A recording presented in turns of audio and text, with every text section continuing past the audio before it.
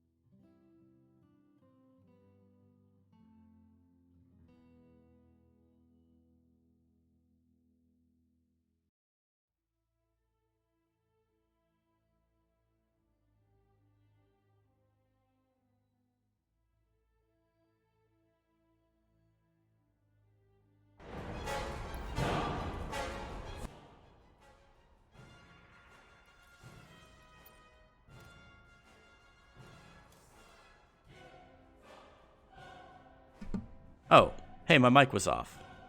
That's cool. Hello and welcome, everybody, back to the show. We are doing a show match today between the two teams, Alpha X and the IntoTheClan. It's going to be a hell of a good show, and I can't wait to put it on. Right now, we're currently waiting for Special to get into the lobby.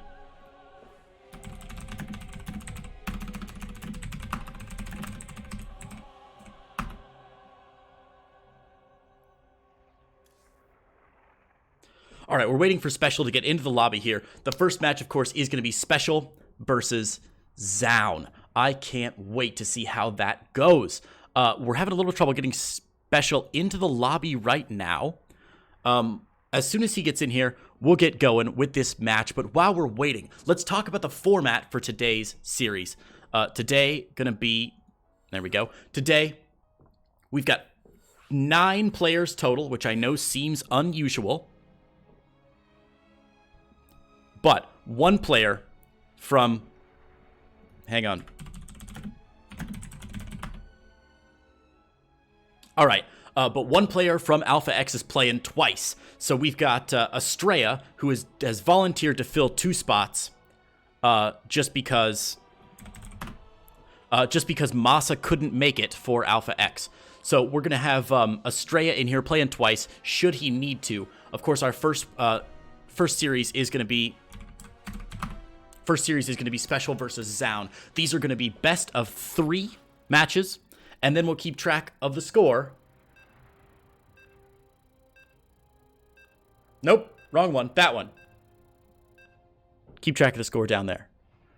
Right now it's 0-0. It's a best of 5 total, with best of 3 matches. So each series will be a best of 3. The first team to win at least 3 best of 3s is going to take the prize. There is an additional $25 prize for every single best of 3 that is won, so it's possible that both teams could walk away with a little bit of scratch in their pocket. But ladies and gentlemen, I don't want to take you any more time.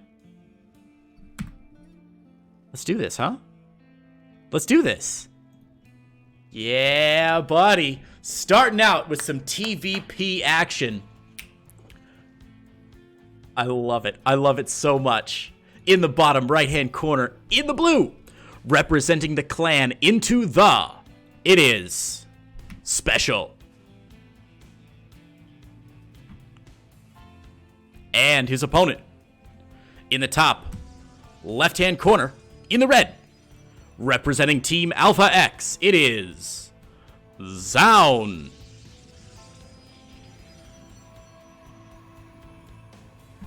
Zown versus Special. We have got a firecracker of a match starting out, folks.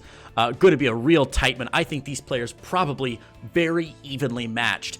We have seen Zown do some fantastic things the last couple weeks as far as IEM Katowice, the ESL qualifiers. He's been roaring through those things. He's been doing well. He just played in the Kung Fu Cup, had a heck of a run. Zown, so I got my camera on Special while I'm talking about Zown. Zown, tearing it up right now. His star is on the rise, a rising star in the Korean scene, and he's been doing a great job of being active and being very vocal and being very present in the scene so far. On the other side of the map, Special, a fantastic player, obviously a Mexican player, been living in Korea for many, many years, 8+ years, I think, now in Korea. He's practically integrated now, eats with chopsticks and everything. He's doing a great job. However, last few weeks, I guess, of competitive play have been a little tough on Special.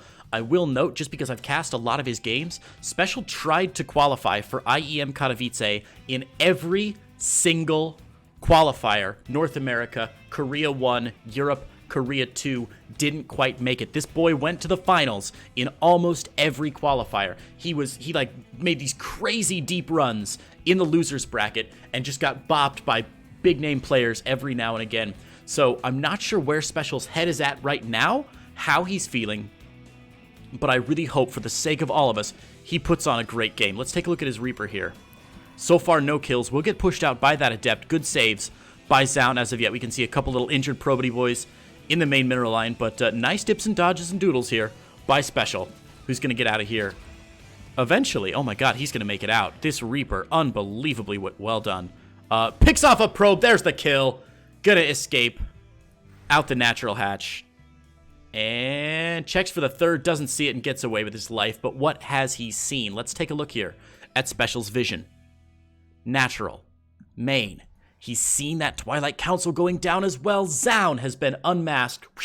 Like the bad guy in a Scooby-Doo episode, and now Special knows what he's up against. Gonna see that Twilight Council. Didn't see it researching, but should know that it's coming soon. And behind this, Special, prepping the way that Special always preps. 1, 1, 1. Adding on the tech lab to that factory. Possibly gonna see a swap over for some Cloaked Banshees. Of course, Cloaked Banshees do fairly well, but Blink Stalkers can be quite useful. We already see the Robo going down here for Zoun. Observer should be out in good time if he stays vigilant. Now let's make sure, of course, that we are seeing exactly what I think we're going to see here out of Special. 200, there's the 300 gas. Raven coming out first. Correct me, I am incorrect, baby. Raven first. Ooh, a couple probes going down here. That Reaper getting a lot of kills here. Hokey smokes, I counted him as gone. Okay, now he's gone. Godspeed, good sir. 5 probe kills. Colonel Reaper, it has been a pleasure serving with you, my boy. Wow. And of course, the Reaper has also seen that Robo facility, so great scouting information and decent probe pickups, honestly, from Special, who's now adding on a third command center on the high ground, going with a couple more barracks, or one more barracks so far. Should be another one coming down quite soon here. There it is, third barracks coming down for Special now. Standard follow-up play for Special. Hellion poking in, not going to see anything, but should see. Oh, didn't see that third base getting set up, but should know as he's getting pushed away by the Adept. Third base on the way. I like this scouting probe out here from Zoun, just making sure he knows the timing of that third base as Special gets in. Meanwhile, Blink about to finish up on the other side for Zoun. If we take a look at the unit counting station here, only 5 Stalkers so far, all of them waiting for that Cloaked Banshee. Of course, it's not coming. No Cloaked Banshee on the way. We've swapped over to Siege Tank production, and a lot of... Oh my god, that's a lot of barracks. Hokey smokes, you guys. 1, 2, 3, 4, 5 barracks up on the high ground here as the third orbital command starts here for Special. That's a lot of bio, and that is a lot of bio. The good news for Zoun is Charge Zealot going on behind this. Should see some Charge Zealots and 4 gateways as well. So Zoun also powering up for this mid-game army, ready to defend against the push that Special's almost certainly going to make here once a couple medevacs pop out and he's able to support these bio units. Wow, swapping over yet again here, getting another reactor down. Man, Special not messing around here, getting this army up and running. Third base is still not moved over yet. I think Special's not super comfortable defending, as he knows there's probably at least a Blink play. Could still be Glaive Adepts, but I'm sure he thinks that a Glaive Adept attack may have hit by now. So Blink Stalkers on their way over. Hang on a second, guys. There we go. All right. Observer in place now for Zoun. Observer pushing forward. Raven is here to stop these Blink Stalkers, and now Special sees that Observer. He knows what's going on. Even though if he doesn't see the Blink Stalkers, he must suspect that something like that is happening. Special, however, playing it cool. This is how you know he's a pro, man. Pushes out. Siege Tank gets a couple shots onto those Stalkers there. The Stalkers eating 2 Siege Tank shots. The Observer forced to drive away there. Hang on, wait a tick. Where's the Raven? Oh, Special sending that Raven out. Meanwhile, a whole host of Stalkers and Sentries coming across the map now with a Warp Prism support. Zoun ready to hit a pretty strong attack here. The Raven sending across for Harass behind that natural mineral line. There's nothing here to defend against it. Could force a Warp in back home for Zoun. Zoun getting in some of those Zealots. Charge has finished up. Second Robo facility and a Robo Bay on the way, by the way, for Zoun. So he is going to follow up this attack with some pretty powerful Robo units here. Initial Harass has gone down at the natural. Just 2 probes, but the big attack going down at the natural of Special here. Special wisely keeping that third base in a safe location.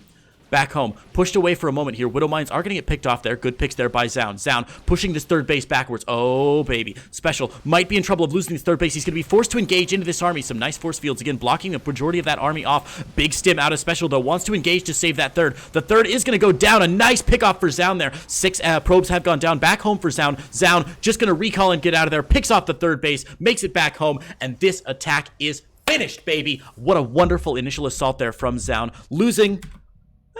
Okay, a fair few zealots and a couple sentries, but really not too much at all. The big problem, of course, going to be those 11 SCVs that he lost back, or the 11 probes, rather, that he lost back home, 55 to 52. Zaun barely ahead on probes, even though his third base was down considerably more quickly than Special. Of course, Special now under a lot of pressure, forced to stay on 2 bases, never where you want to put a Terran. And of course, Special knows that since he can't get a third base down in time, he's going to be forced to move out here. Looks like Zaun unwittingly going to catch a couple of these transferring SCVs over, and the meat shield has been established. Special completely all in at this point. Zealots going through, trying to clear off some of the SCVs here, but there's no SCVs to clear because they're all serving as a meat shield for this army. And here we go, Zaun attacking in SCVs from Special, doing a nice job absorbing some of these shots here. Siege tank shots in the back from Special, picking off a lot of the units from Zaun. Zaun waiting to engage, taking his time, trying to get those extra disruptors out. So far, no disruptors able to engage yet for Zaun. Zaun has used his 1 disruptor shot already, pushed back into the natural. Pylon does go down, depowering 1 gateway and 1 robo facility. The third disruptor not going to come out. Probes all pulled for Zaun right now. However, the SCV shield for Special has dissipated quite a bit here. Special with +1 is pushing forward. The army for Zaun almost completely gone here. Special's medevacs adding into the damage here,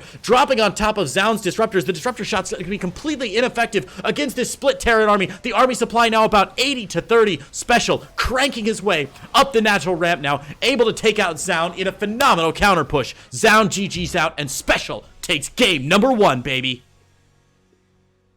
Woo! What a game, what a game, what a mighty good game. That was a fantastic one. Special and Into the taking game number 1 in this series. Of course, this total score still going to be 0-0 as we are counting total match wins, not game wins. Hang on just 1 second here.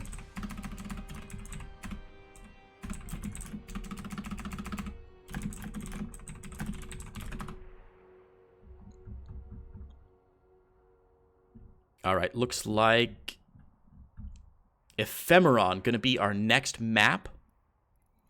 We had some troubles with Special connecting earlier. I've asked Special to make the map just because he had troubles logging in. So we may be down for just 1 minute, but what a great game it has been so far. Zaun with a fantastic Blinkstalker initial aggression. Couldn't quite make it work. And of course, Special then coming back onto the other side and tearing him out with that +1 push out of desperation. The all-in totally working for our boy Juan. And he takes a 1-0 lead in our first match of the day. Guys, really quickly, I will say there is a Matcherino page for today. I'm not sure if our admins have updated that Matcherino page. In the... am I able to turn up game sounds? Absolutely, I am. Yeah, I can do that. Should be no problem. /barcode. Sorry, my sounds are always a bit tricky for me to balance out because, of course, what I'm hearing in my headphones is different than what y'all are hearing back home. So I have updated the game sounds. Let me know if they sound a little better, and I will keep an eye on them as the game progresses. Meanwhile, we can get in to game number 2. Reminder, these are best of 3 series. However, the clan war is a best of 5. So the first team to win 3 best of 3 series is going to walk away with the majority of our prize money. But don't fret. Every best of 3 that is won is worth 25 smackaroonies for the winning clan. So it's possible that nobody goes home empty-handed today. So currently up 1-0 in the blue. Hailing from Mexico and representing Into the, it is Special. His opponent, in the bottom right-hand corner, representing Alpha X and South Korea, it is Zaun. Korean Wunderkind Zaun doing a great job in game number 1, but getting toppled by Special's very, very aggressive counter push after Zaun's initial aggression did not quite work. So Special taking a game 1 victory. We'll see if he can make it work here in game number 2. Remember, last game, Zaun went for Twilight Council into Blinkstalker, and Special did a really nice job scouting all of that out. Special blindly going for the Raven, and it just kind of worked. Well, not blindly, I guess. He saw the Twilight Council. So going for the Raven there to drive out the Observer, succeeding in protecting his main base from any of the fracas that was occurring in the early game. And then Third base went down by some initial Blink Stalker aggression there from Zaun. Zaun probably wanted that push to end the game, but was unfortunately unable to make that happen. Reaper about to pop out, and it looks like this poor probe is going to be a dead probe very soon. Oh, I'm so sorry, little guy. I can't help you. Trapped by your own hubris, not even getting any good scouting information, didn't see the factory going down at all. Knew that there was only one gas taken, but that's not a huge tell at the 1 minute and 50-second mark that probe was checking out. Meanwhile, Reaper from Special coming across the map will scout that second expansion out of Zaun.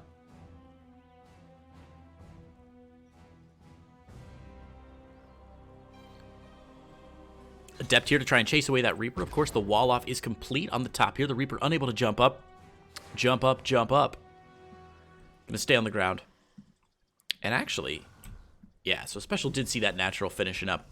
Won't know the exact timing, but that's all right. What he has not seen, though, is this robo facility that's tucked away close to the vest there for Zaun. So Zaun opening robo first this game instead of Twilight Council. We will see what pops out of that robo first. But, of course, robo first openings give a really, really broad opportunity for the Protoss to sort of craft their initial early to mid-game push in any way they want. I wouldn't be surprised to see an Observer out first, or, whoa, straight to Robo Bay. Beautiful. So Observer out, straight to Robo Bay for Zaun, and Special's going to have a couple of Colossi to defend against pretty soon. A couple of Colossi to contend with is what I had intended to say there. Meanwhile, it looks like a Widow Mine drop out of Special. 1 Medevac, 2 Widow Mines. Should be maybe 3 Widow Mines by the time this is over. Is there one on the map already? No, there's not. He went Hellions first. Okay, those Hellions popping across the map. That's why. So 2 Hellions instead of a Hellion and a Widow Mine. So the Widow Mine drop going to be a little bit smaller. 1 Hellion, not going to get any damage done here, but no pull yet from Zaun. Zaun a little bit late on this pull. If Special can focus fire down, there's 2 probes, but nice pickoffs there by Zaun. The Adepts able to get in, weakening that Hellion before it got in, and then killing it off at the end of the day. So a nice defense there by Zaun. Meanwhile, Medevac has popped out, loaded up with 2 Widow Mines. Special waiting for 4 Widow Mines total. Going to be a full drop here into this Medevac. Zaun with his first Colossi already on the way. Gravitic boosters as well. Behind this is going to get those fast upgrades for the Warp Prisms. Speed Prisms. Always good. And, of course, a nice spot there. That Observer should have seen the Medevac. I was a little slow on my hotkeys there. But the Medevac should be seen, and that should cause... Yes, we see Stalker Warp-ins already from Zaun. Double scan for the Observer. Does pick it off. A good pick there from Special. Warp Prism. Oh, my God. It's a Colossi drop. Oh, my God, you guys. It's a Colossi drop. Guys. Everybody. Holy wow, it's a Colossus drop. Dope. Widow Mine drop, not as successful as it may have otherwise been. Steaming into the main base here. Only 2 probes going down, so nice reaction time from Zaun. Zaun going to be able to chase that out. Hang on for just a tick, guys. There we go. That explains it. Sorry, it's a little bit late. Colossi drop in the main, by the way. This is delightful. Raven doesn't have the energy for a stasis field. Or a disruption field, rather. It is just going to have to drop that auto turret, but this is hilarious. God, I love a good Colossi drop. Snaking around to the main, going straight back in. Now, this Colossi without a lot of kills yet.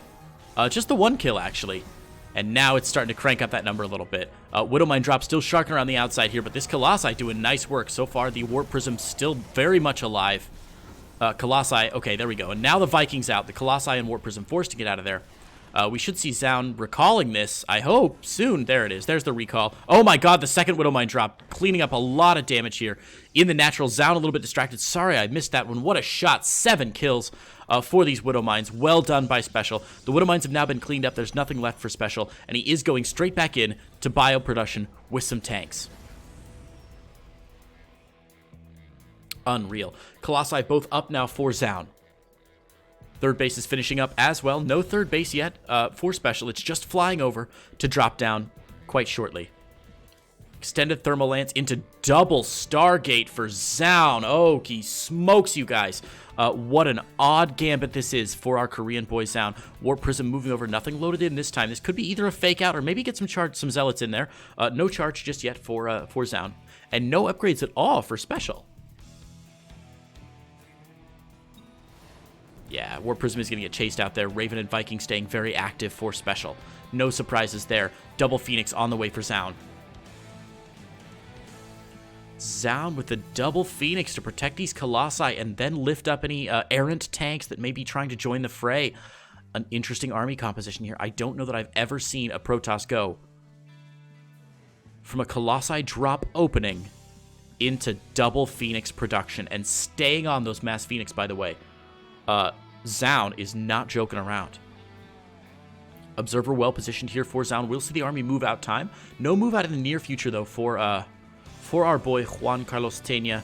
He is just getting combat shields +1 and Stim about to finish up all the requisite bio upgrades that he needs to get some action going in the beginning of this game.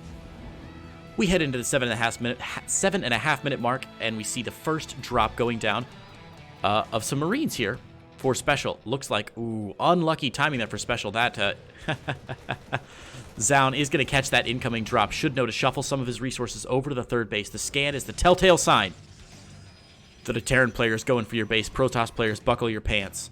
That's how you know. You've got to defend that third. A nice pick off there by Special. Second observer this game to go down.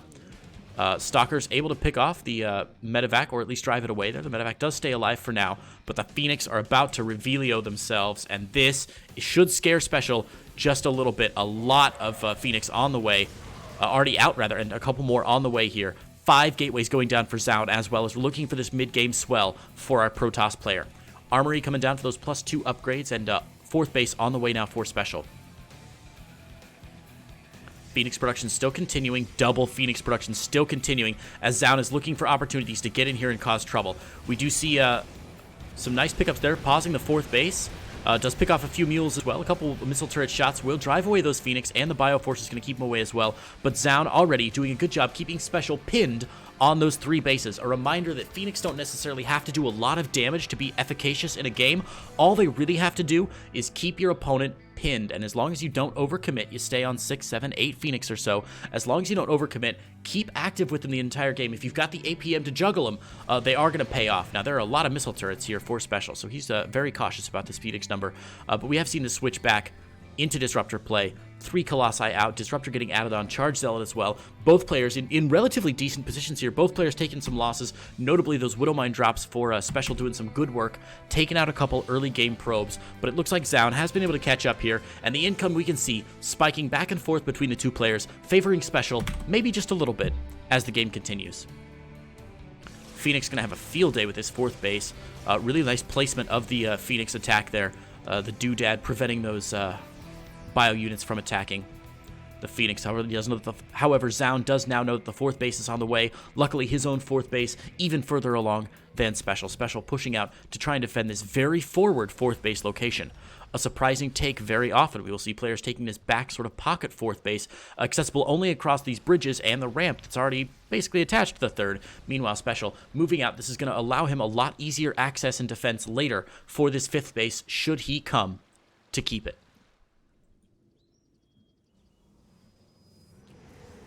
We see all those gateways earlier paying off for Zaun now as his army begins to swell 110 to 99. +1 armor on the way. Of course, +2 already well on the way here for Special, so he's a little bit ahead here in the upgrade game. But Zaun's army composition is still pretty terrifying here. Charge Zealots, 3 Colossi, a few Disruptors. He's got a kitchen sink build going on here, a little bit of everything. And it looks like Zaun looking to put some pressure onto this 4th base. The Planetary Fortress has finished up. No ghosts in the army of Special just yet. It's coming. It's coming. You guys see it? Chugga chugga. Do the dance back home. Do the dance back home, y'all. It's happening. Fusion Core. Probably just for Liberator range, but a man can dream that we're going to see Cattle Bruisers. A man can dream. 5th Command Center on the way now for Special. Zaun's initial attack on the 4th base there, blunted by what I'm going to admit is a very small-looking army from Special. I don't think Zaun saw the entire breadth of Special's army there. Special now has a sensor tower up. Should be easier to defend against that. Uh-oh. There we go. Scouting Billy from Special is going to see that army. Knows that the Protoss is a little bit out of position here, but will Special get caught out here? Uh-oh. It's like some Zealot charge run-bys going on, but this is the big fight here. We've got the Dorito dust down on all of the Colossi, but all 3 Colossi still alive right now. Special crumbling under the pressure, getting a really nice concave, though. The Vikings picking off all the Phoenix. The Phoenix have gone down now. All that's left on the ground is nothing, though. Special's got all Phoenix, and there it is. Reinforcements coming across now for Special. Zaun losing all of his key units here. Special doing a really, really nice job cleaning up that army. We do see Liberators on the way. Liberator range should be right behind it. When behind, Dark Shrine, of course, for Zaun. I'm not even sure that charge Zealot Harass into the Natural and 3rd Mineral Alliance is going to be enough for Zaun right now. Special's army looking pretty undefeatable against the very few units here that Zaun has on the ground. Desperately trying to get a couple of Archons in, but with this much bio and landed Vikings on the ground, I simply don't think it's going to be enough. We should see Into the racing into their #1 victory of the day. And there's the GG from Zaun. Special, ladies and gentlemen, taking a very clean 2-0 victory against Zaun. Well done by Special. Well done indeed. Let me change that score for y'all back home. It is no longer 0-0. Our first point is going to go to Into the Alpha X, now dropping down 0-1. All right, so it looks like next up, the next match is going to be... Oh, hold on, before I announce it.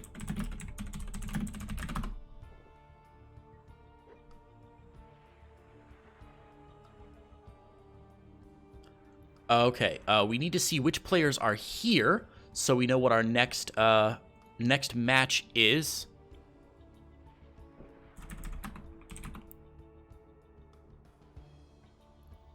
All right, guys. So next up should be Patience versus Vindicta. We're waiting on Patience to show up, though. Hopefully Patience will pop in soon. While we're waiting, guys, I do want to take a quick second to thank one of my sponsors. Right now, it's time to give a quick shout out to G Fuel, the official drink of esports. Since 2004, G Fuel has been providing top gamers like, PewDiePie and Dr. Disrespect.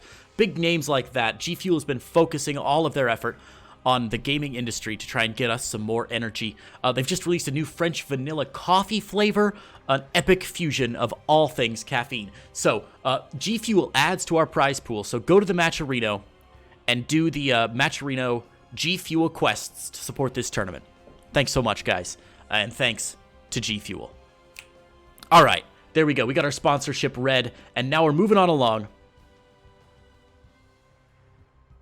to game number 2. Patience is here. Vindicta is here.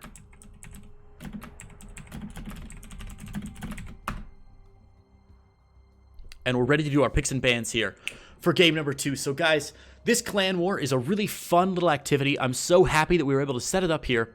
Of course, I'm a team caster for Alpha X, so it's my job to show.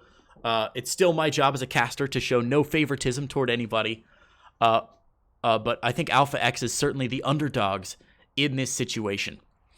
Into those players are some legendary names, and of course we got some big boys coming from Alpha X as well. But it'll be an uphill climb for Alpha X to win this. So I'm really looking forward to see if they can pull off some big wins here in this clan war. It would be a real shame to see them go down 0-9 in game score. Woo! All right, so, but seriously, these teams are incredibly unfair. Jeputera, come on. We have got some real strong players from Alpha X. I mean, come on. Breaking GG. Zaun is still an incredible player, even though he did just fall to Patience. And, of course, Estrella, just a huge name right now. Estrella training in Korea, in the team house with No Regret and the rest of the boys and girls over there. It's a great place to be, and we're all expecting big things, I think, from Estrella. So he is scheduled, by the way, Estrella is scheduled to play twice in this series, should it require him to do so. We did have a player from Alpha X who dropped out earlier on. So Estrella will be filling in for that player. Should we go to a Game 5, Estrella will get to play a second time for Alpha X. Stay hydrated in the chat. All right. We've got a Simulacrum ban. Simul banned. World of Sleepers banned. We've got a pick ban system, by the way. We've randomly selected that Patience is our A banner, so Zen is banned. So Simulacrum, World of Sleepers, Zen is now down. Vindicta will get the last ban in this ban series. He's going to ban Eternal Empire. Okay, so those are our 4 maps that are off, leaving us with Ephemeron, Nightshade, and Zen? First map, World of Sleepers.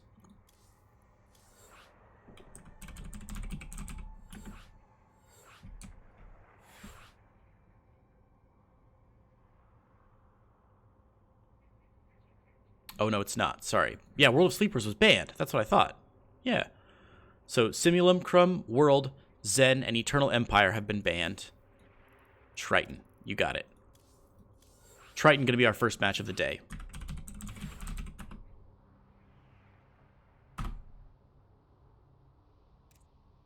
Nightshade, our second map. So Triton, going to be our first match of the day. Our first map, pardon me, of this series. A reminder, guys, these are best of 3 matches. And the best of 3 matches. And the first team to win 3 best of 3s will go on. It looks like Patience needs a couple minutes. Heading to the restroom very quickly, guys. So this is our opportunity as gamers. Stretch your shoulders. Sit up straight in your chair. Do your wrist exercises. Just gently push down on your wrist here. Pull back.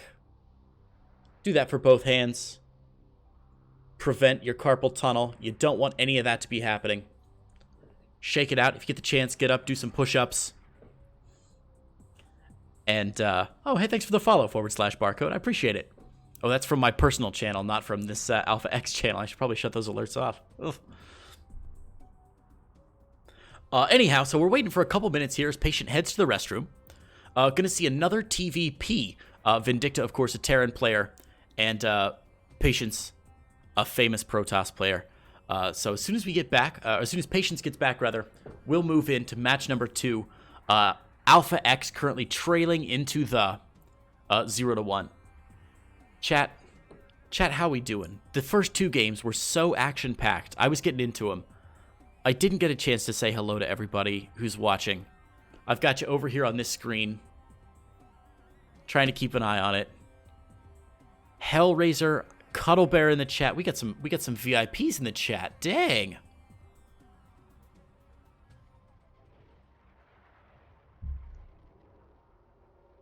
Eager talk of IEM Katowice, of course, just a week and a half away.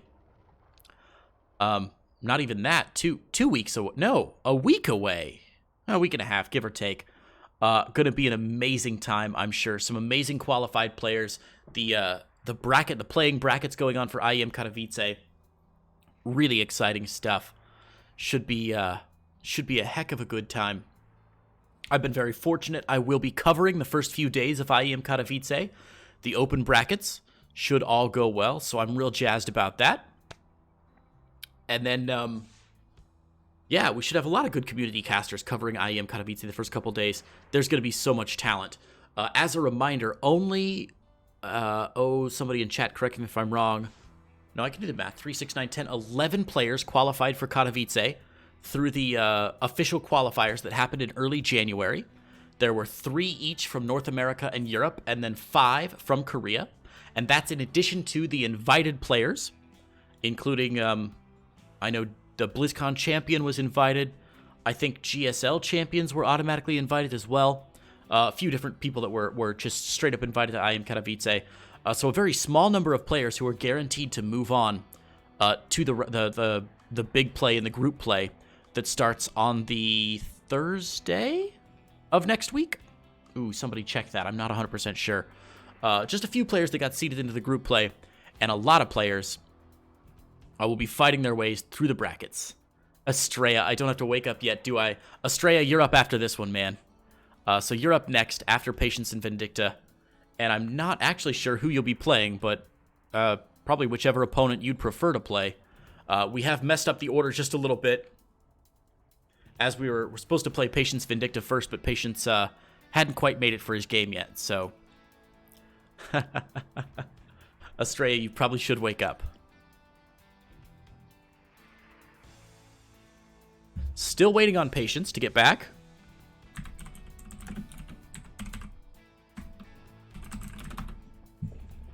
And as soon as he is back, we will get going here. Was kind of hoping that Patience would finish up very quickly, but he's taking some time. Gotta somebody send Patience a pamphlet about fiber. Okay, go. Oh, we're good to go. Oh, thank goodness. As Nightbot is reminding us in the chat, guys, there is a matcherino for this tournament. The code is AXCOM40. If you punch in that code, it'll add 50 cents for free to our bracket. So no cost at all to you. Just punch in AXCOM40. That'll add 50 cents, and that goes straight to our players. I don't see that money. The team doesn't see that money. No shadowy political organization sees that money. Just our players. It's a way to tell them thank you for participating in these clan wars. And speaking of the clan wars, we got a game. Look at that. Hey. All right. In the bottom. Right-hand corner in the blue. From Team LP, currently representing clan Into The. It's Patience.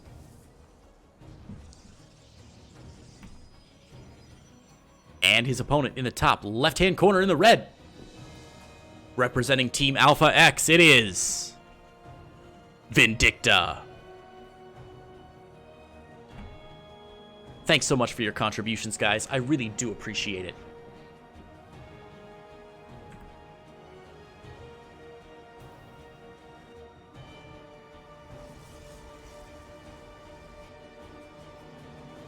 And I know the players do too. Alpha X Axis with the Twitch Prime sub. That a boy. Supporting the Alpha X channel. I appreciate it. Alpha X, I can't say how nice the team has been just to me personally, but how much they've done for the scene. I mean, if you go to TL.net, it is littered with posts of tournaments and clan wars and show matches. All thanks to Alpha X and their tireless work securing sponsors, organizing these events, keeping the scene as strong as it possibly can be. All right, Vindicta, let's do it, baby.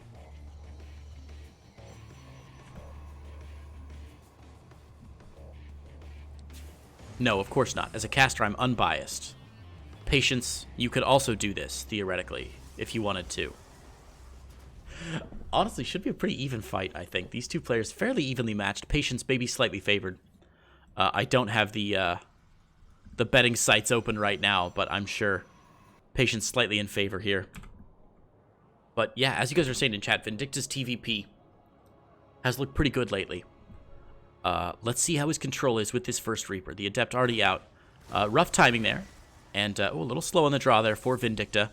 Should be able to get away, but sees the timing of that natural expansion, which is really what Vindicta wanted. Yeah, he will escape there with that Reaper. Not too bad at all. And that's going to allow Patience to send that Adept across the map. Should be able to shade, pick up the Xel'Naga Tower, and keep rocking and rolling. Giving this Reaper the play that it needs to get back up into the main. Behind this, of course, we see a 1-1-1 going down for Vindicta. Pretty standard play out of Vindicta. Early Tech Lab out of Vindicta. Finished way before that starport was as well. Nice micro on the Marines for Vindicta, but I think this Adept is going to be able to pick them both off here. Two more should be rallied out soon, but those are two early picks for Vindicta, or for Patience rather. That's really nice. And Vindicta barely making his micro check there, closing that gate, not allowing his opponent back in.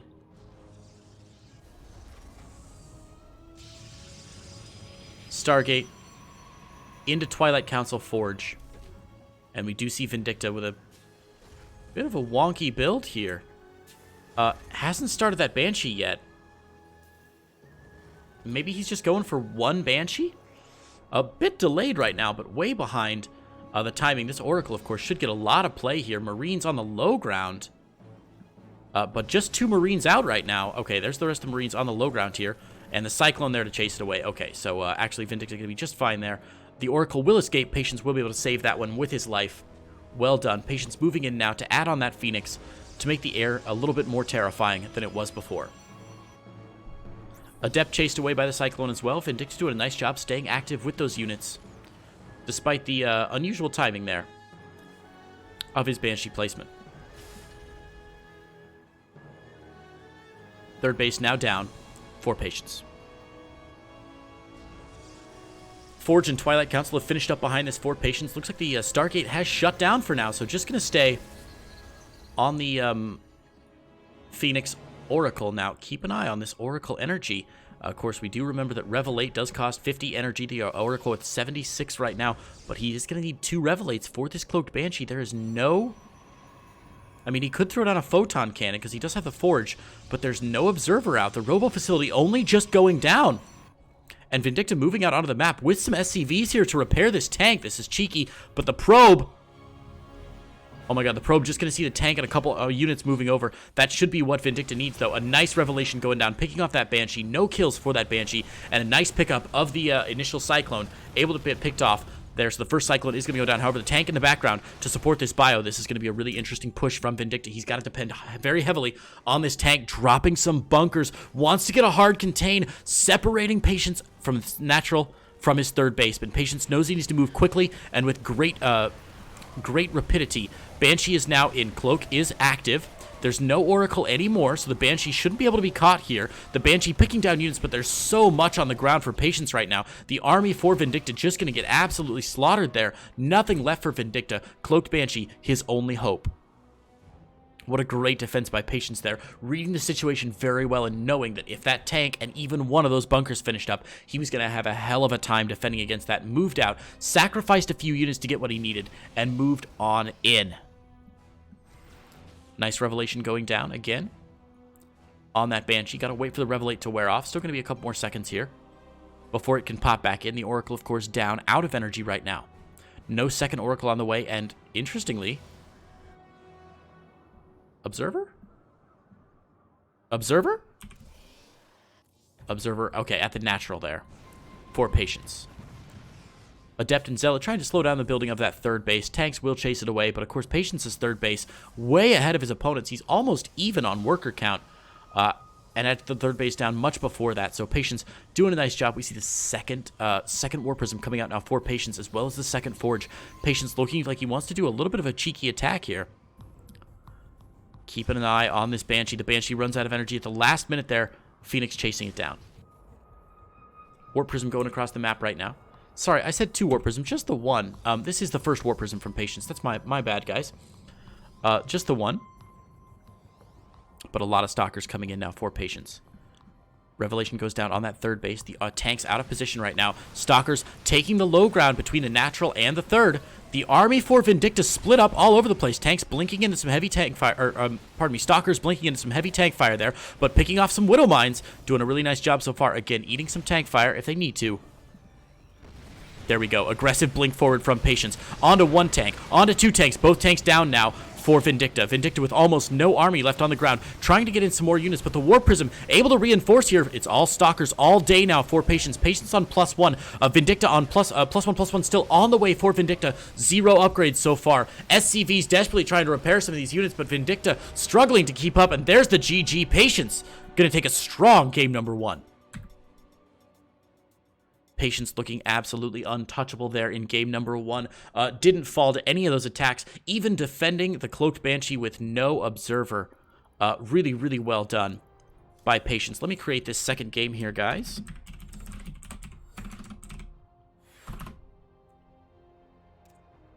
And we should be able to get going here into game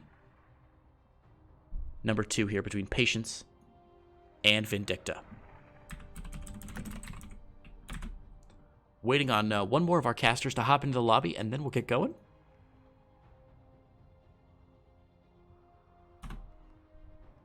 We've got the ready from Vindicta. We got the ready from Patience. We got the countdown, and we got a game number 2 between Patience and Vindicta here. Patience currently up 1-0, looking to pull Clan into match point. Remember, these are best of 3 series, and the clan war is best of 5. So the first clan to get to 3 wins will run away with our prize, including most of the money from the Matcherino. Remember, if you guys do want to contribute to that Matcherino, you are more than welcome to do so. All right, game 2. Can Vindicta put one on the board for Alpha X right now?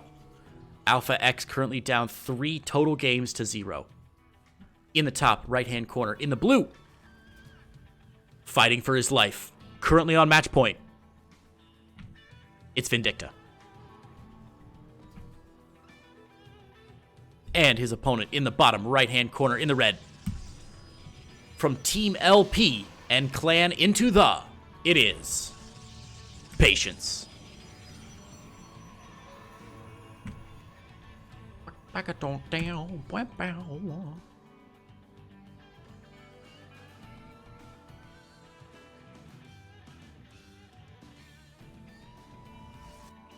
Early probes got here from Patience. Just 1 gas taken so far from Vindicta.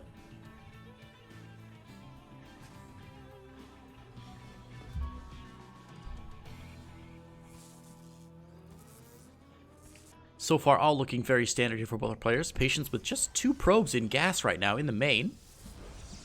He's going to drop that Cybercore to prevent the Reaper from jumping up. And we'll see what follow-up our Protoss player goes for. We have seen from our Protoss players so far a Twilight Council opening, a Stargate opening, and a Robo opening. A very broad set of starts here from our Protoss players. Both of them from Clan into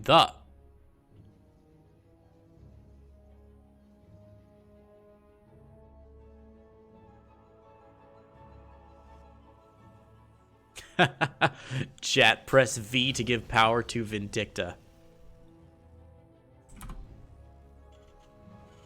I love it. I love it. Vindicta starting his natural expansion on the low ground. We see Warp Gate research just getting started here for Patience. Patience's natural's down. His second gas has been taken, and his tech of choice is gonna be... I'm gonna go out on a limb and say Twilight Council. Come on. I got like a 30% chance of getting this right. Watch, he just drops 7 gateways and just goes for it.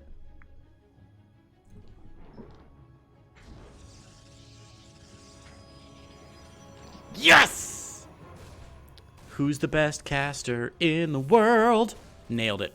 Nice micro here from Vindicta. Able to get some shots off on those probes, but of course the first Adept going to come out very soon. And actually, no kills there. Oh, the Reaper with 2 kills, actually. Corrected. Sorry, 2 probe kills. Just not both at the same time. And we'll get out of there, and more importantly, scouts that Twilight Council.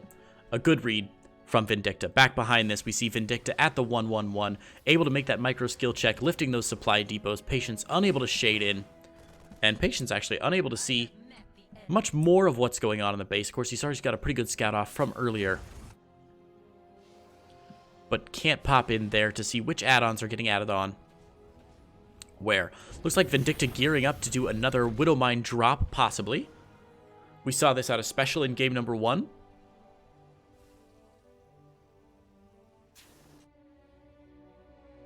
First Adepts from Patience coming across the map. Looking to put some early pressure here, but there's a bunker out front for Vindicta. He should be in good shape. First Widowmine is out. It's going to be a 2 Widowmine drop? Of course, this factory has no tech lab, or no reactor on it, so I'm a little surprised. Widowmine being called to the front here as the shade-in finishes for Patience. Patience with not a lot of kills this game just yet. The Adepts with a few probe kills each, actually. And they will get out with their lives, avoiding the Widowmine shots. Very well done.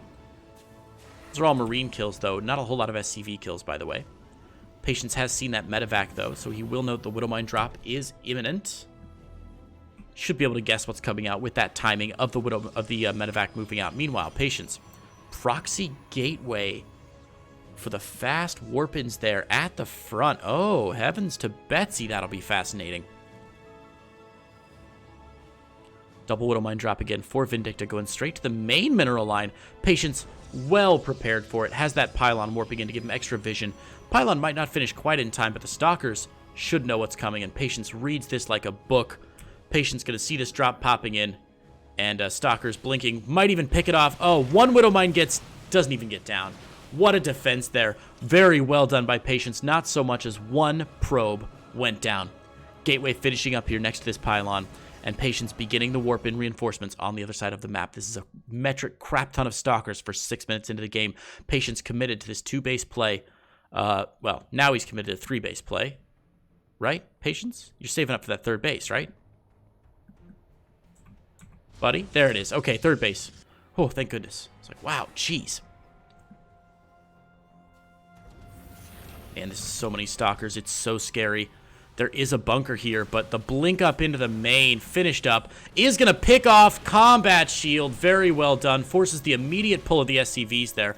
Stalkers getting boxed into the corner of the main for Vindicta here, but Patience forcing out the auto turret even, and blinking these Stalkers back one by one, reinforcing again with these Stalkers from the forward pylon. So well done. SCVs pulled off the line. Massive lost mining time, and Patience can blink these Stalkers back one at a time all day long, reinforcing from the top, reinforcing from this forward pylon. Patience in such a good position, picks off the bunker, puts pressure onto the natural. What a decisive victory here for Patience. No respect for Vindicta's play at all.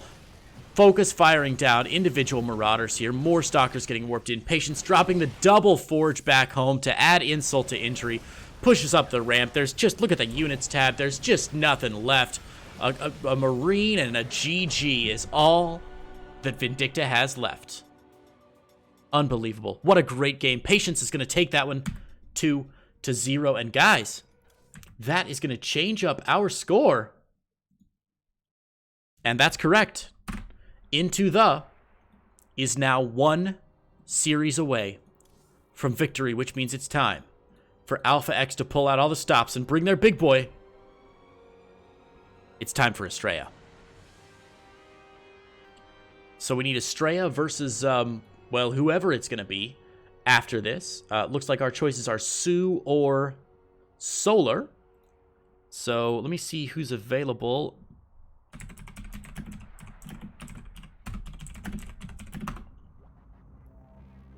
Should be Estrella versus Solar up next. Estrella, if you wouldn't mind hopping in and joining us. Of course, it would be unfair for them to have to play Estrella twice at the end of the match, so we are going to get Estrella into our main rotation just now. Guys, as we are waiting for Estrella to hop in and for Estrella and Solar to do their bans, I do want to take one quick moment and again shout out the newest sponsor for Alpha X, G Fuel. What are you drinking right now? I'm drinking water, but G Fuel tells me that if it's not, the G Fuel is the drink of esports. It ramps up your energy from 0 to 100 real quick. It sharpens your focus so you can keep your eye on the prize. It increases your endurance because, as we all know, gaming is a marathon, not a sprint. So G Fuel, the official drink of esports, stay hydrated, my friends. This message brought to you by G Fuel, not water. Because in the words of G Fuel, and I'm quoting here, water sucks. It really, really sucks.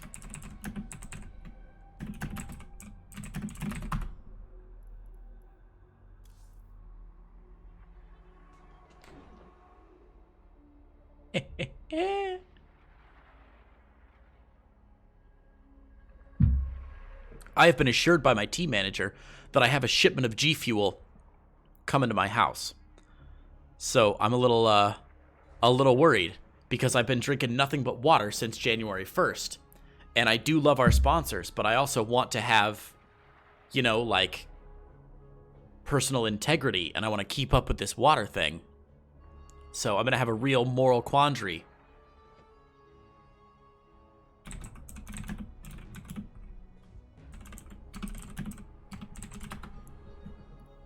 Gonna have a real moral quandary when that arrives. Okay, so we're waiting for Estrella to begin the ban process. Estrella is going to get the first ban of the day. Of course, we've got AB for our bans, and then ABA for our map choices. So Estrella gets the first ban and the first map choice. Obviously not a Hydro homie. That's right, Dust42. Obviously not.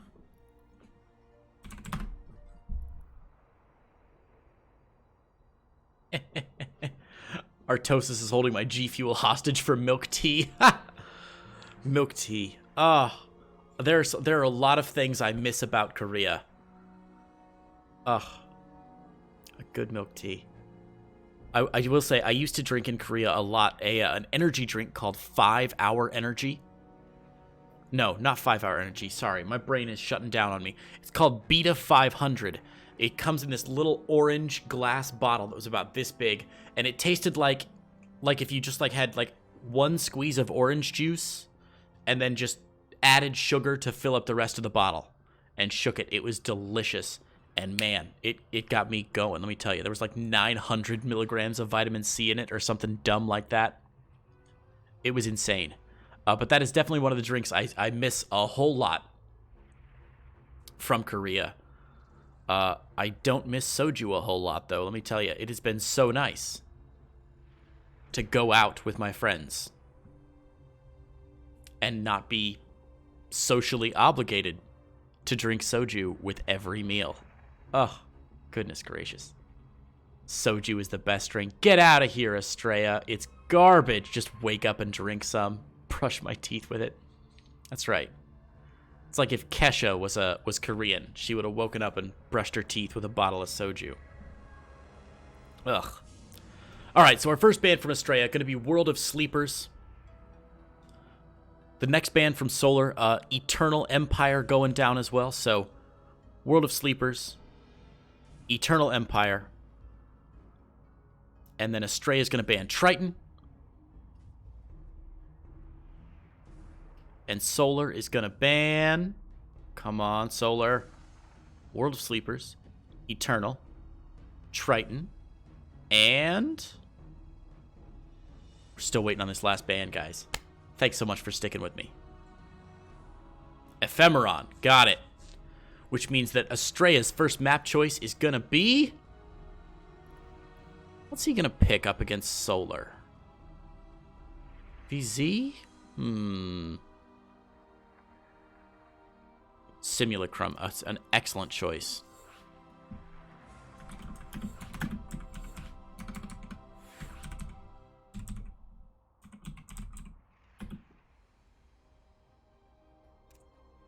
And the second choice, so Simulacrum is map number 1. And map number 2 going to be Zen. Excellent. Meaning that our third map... What's left?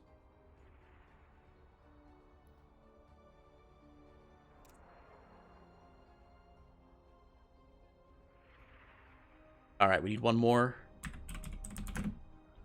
in the lobby.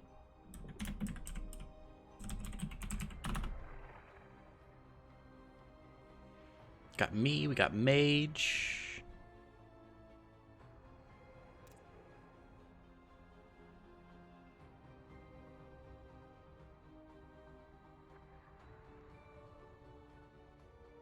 Hang on just one second, guys. Waiting for one more person to get into the lobby here.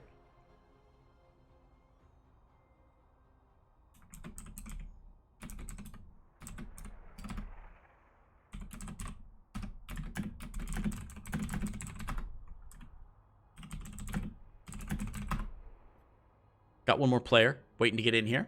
Or one more viewer, rather. Okay. And there it is. The countdown finally happening. Woo! I was so worried it wouldn't crack off, but there we are.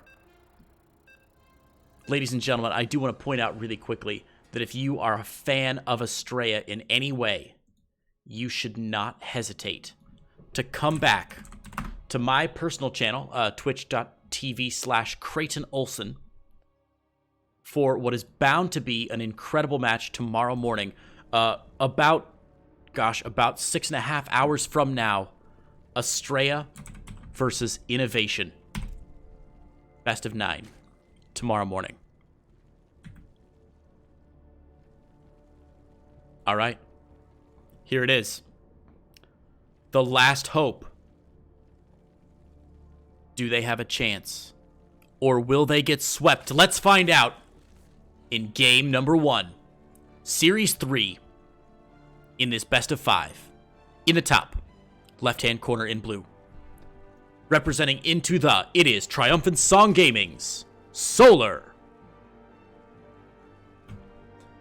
And his opponent in the bottom, right-hand corner in the red. From Alpha X, it is Estrella.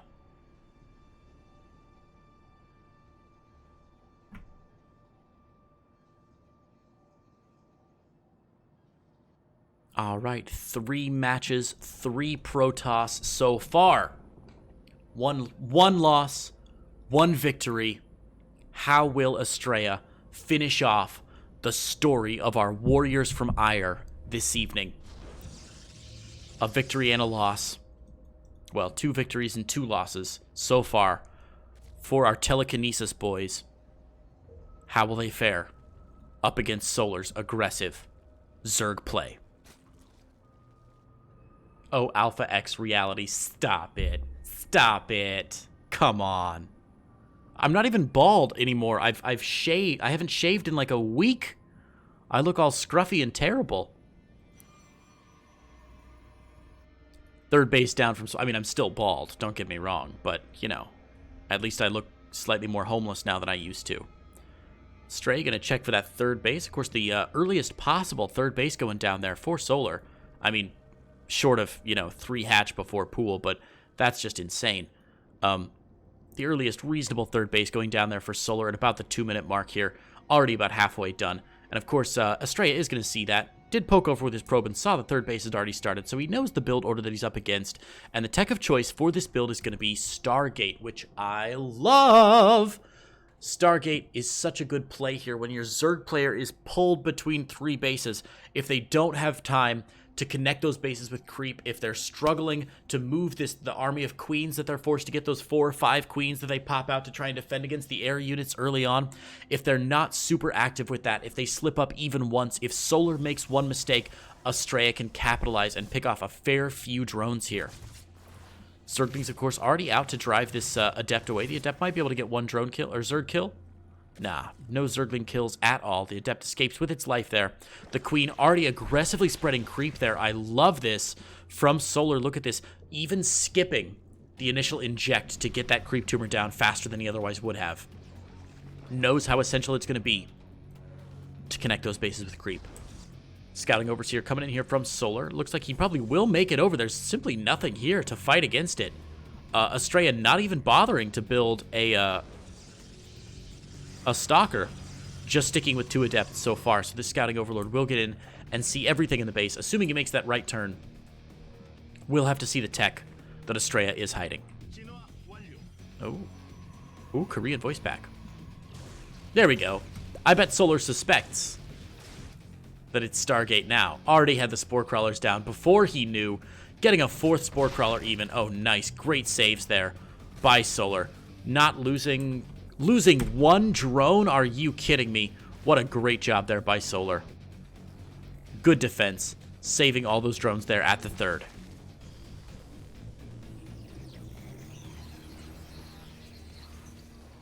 Estrella posturing to take this 3rd base. The Zergling there, of course, trying to fight against it, but the Adepts will be able to shut that down.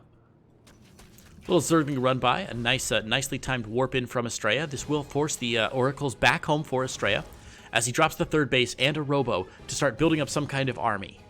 Meanwhile, still no tech out of Solar. Solar just adding in these Spore Crawlers now. As the Phoenix scouts around.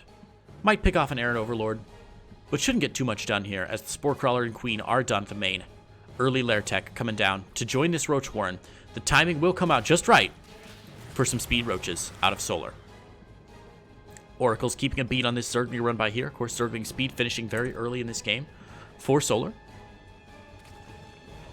And again, Phoenix will go to the 3rd base, but will be stymied by the Queen that is already in position Actually, does Solar see this? Yeah, he sees it. He just isn't moving out quite yet.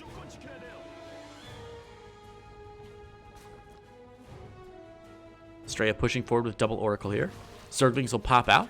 Ready to secure this 4th base here. And this is a really cute move from Estrella. Look at this. Drawing the Zerglings in, allowing himself to get picked off there, but then showing those 2 Oracles and letting those Zerglings know that they were absolutely not going to make it out alive, should they so choose. Twilight Council behind this for Estrella, but here's the big push from Solar. Not only do we see that Roach speed just on time that he got with that early Lair tech, we also see the Spire coming down. Now, this is an unscouted Spire as of yet. Estrella does not know it's there. Keep your eyes on that minimap, guys. Watch for this Phoenix to see if it goes in and scout. See if it'll go in and scout this Spire. Why, look. It'll go in. It'll scout that Spire. Watch your mineral line. Oh, goodness. Estrella playing with the cute girl voice pack. How could you? I thought you were a seasoned professional, and yet you continue to disappoint. Estrella's got this, man. Zealot charge on the way, and now we're going to see the Gateway explosion out of our Protoss player. Looks like 4 down so far. Should be maybe 1 more. Adding on a couple pylons as well. Phoenix popping in. Of course, he has scouted out that Spire now. Knows that he's going to be up against some Mutalisk play. And early Infestation Pit going down at 6 minutes and 50. For Solar. Baneling Nest finishing up as well, just in case there's an unexpected assault with some gateways that he didn't see. But Solar knows now that the gateways have just been plopped down there. Shouldn't need those Banelings anytime soon, and is in fact not warping any, and he's still getting the Baneling speed upgrade. I think that's just to be safe. Solar's economy so far has gone uncontested this entire game.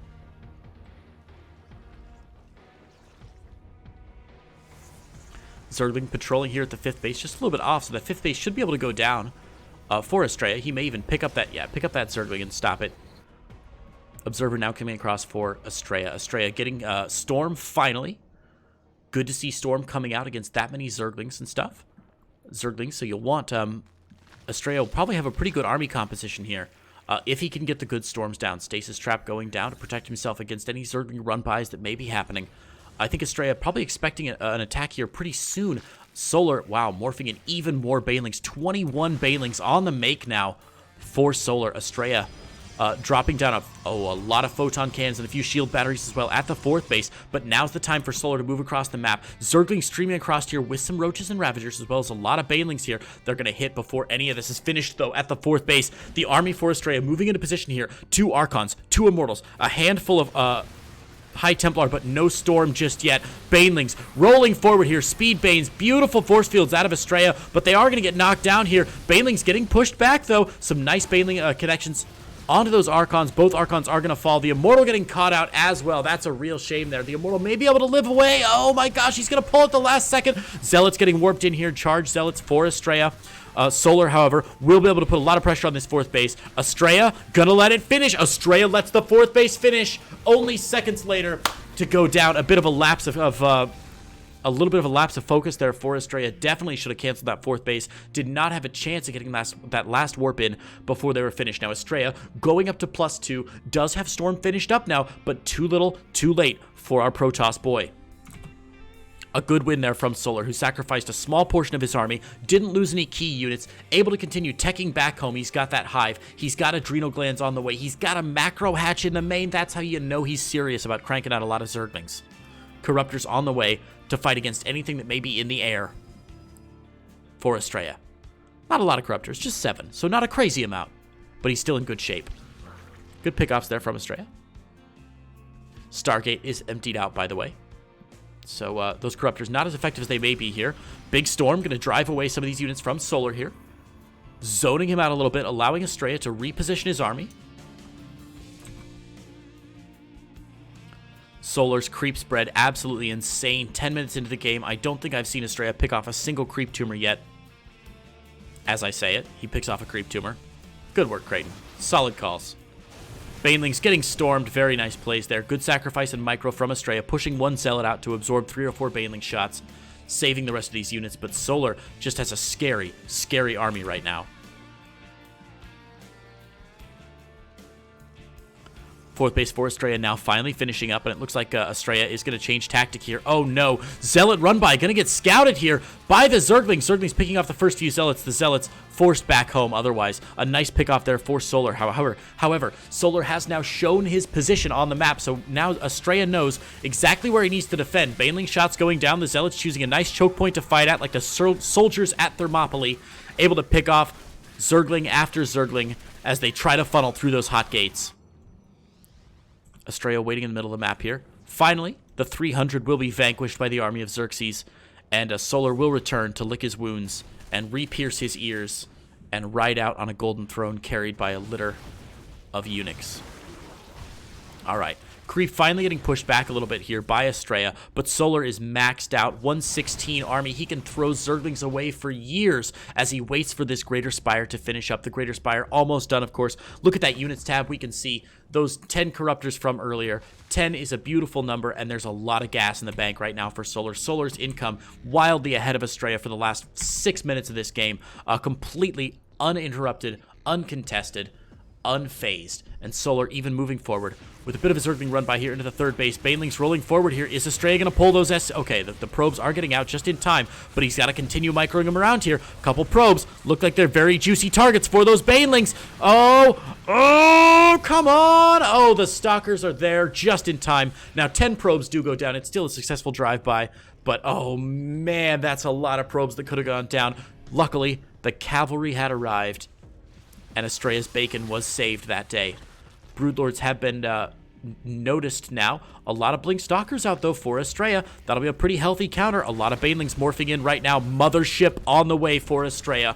More Banelings, more Zerglings, as the Broodlings begin to rain down on the army of Estrella. Again, baiting out some force fields, only sacrificing a few Broodlings at a time here. Looks like some more Banelings going down in that third base. Storm's going down. Banelings getting caught out there. A lot of Banelings going down. The Broodlords, however, all still alive, trying to fight over this empty space, this dead space in the middle of the map. That's a great place for Broodlords to be. Little Zealot run by here at the north side should get cleaned up by some of those Zerglings with Revelation on them, but the Broodlords still raining down Broodlings onto the army here. A couple Queens have arrived for Transfuse as well, and to spread that creep. The more that creep is spread, the better chance Solar has of getting positive positioning and getting out of a fight without losing everything. A Revelation goes down on the Broodlords. Nice play from Estrella. Now he knows exactly where those key capital ships are. Able to get one storm down. An aggressive blink forward there from Estrella, but the Zerglings and Banelings struggling in behind this. All the Broodlords, unfortunately for Estrella, still alive. Solar now in the main mineral line of the fourth. The fifth base has finished up for Estrella, but I'm not sure he's going to live away from this. His army supply down to just 30. Solar rolling over him right now. The fourth base is down. Warping of Stalkers not going to be enough. Be set upon by those Banelings. Banelings getting some good shots. The Archon going down as well. Ravagers picking down pylons. Broodlords focus firing down the fifth base. And even though there are a couple Immortals trying to get in here to the 9 o'clock, it's not going to be enough. Solar is going to take game number 1. Ladies and gentlemen, this is bad news here for Alpha X. They are now currently 1 game away from a complete shutout. A complete shutout. Going 0-6 would be horrifying for Alpha X right now. Now, don't get me wrong. Alpha X is the underdog in this fight. There is no doubt that IntoThe's players are slightly more storied than most of Alpha X's players. No questions there. That said, failing to take a single map is going to be a bitter pill for Alpha X to swallow. All right, looks like Estrella and Solar are both in our lobby here. Let's see if they're ready to go. We'll get the go from both these players, and we will go straight in here to game number 6.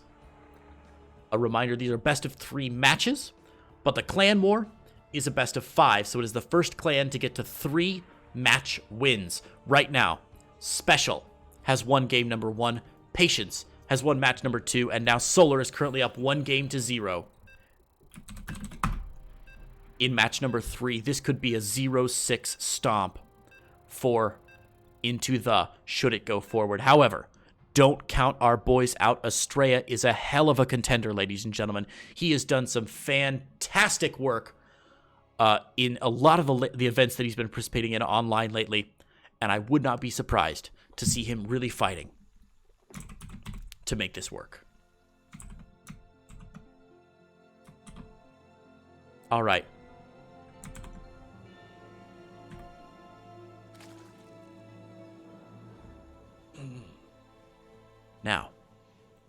Game number 6 is on Zen LE, and I've been trying to make it a priority.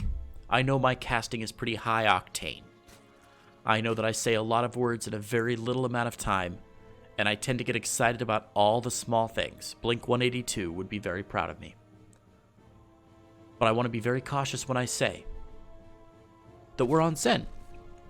So we should all strive during this match to find our own Zen. So as you watch this match, featuring in the top right-hand corner, in the blue, Solar,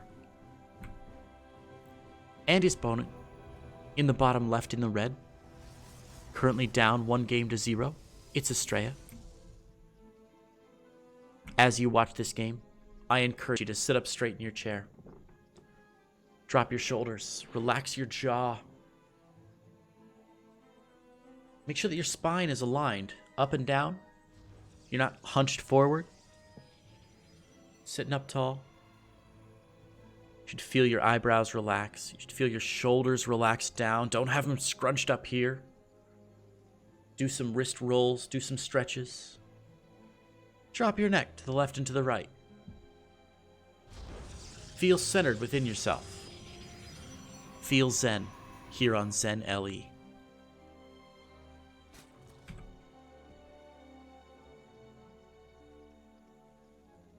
Big breaths. Big breaths.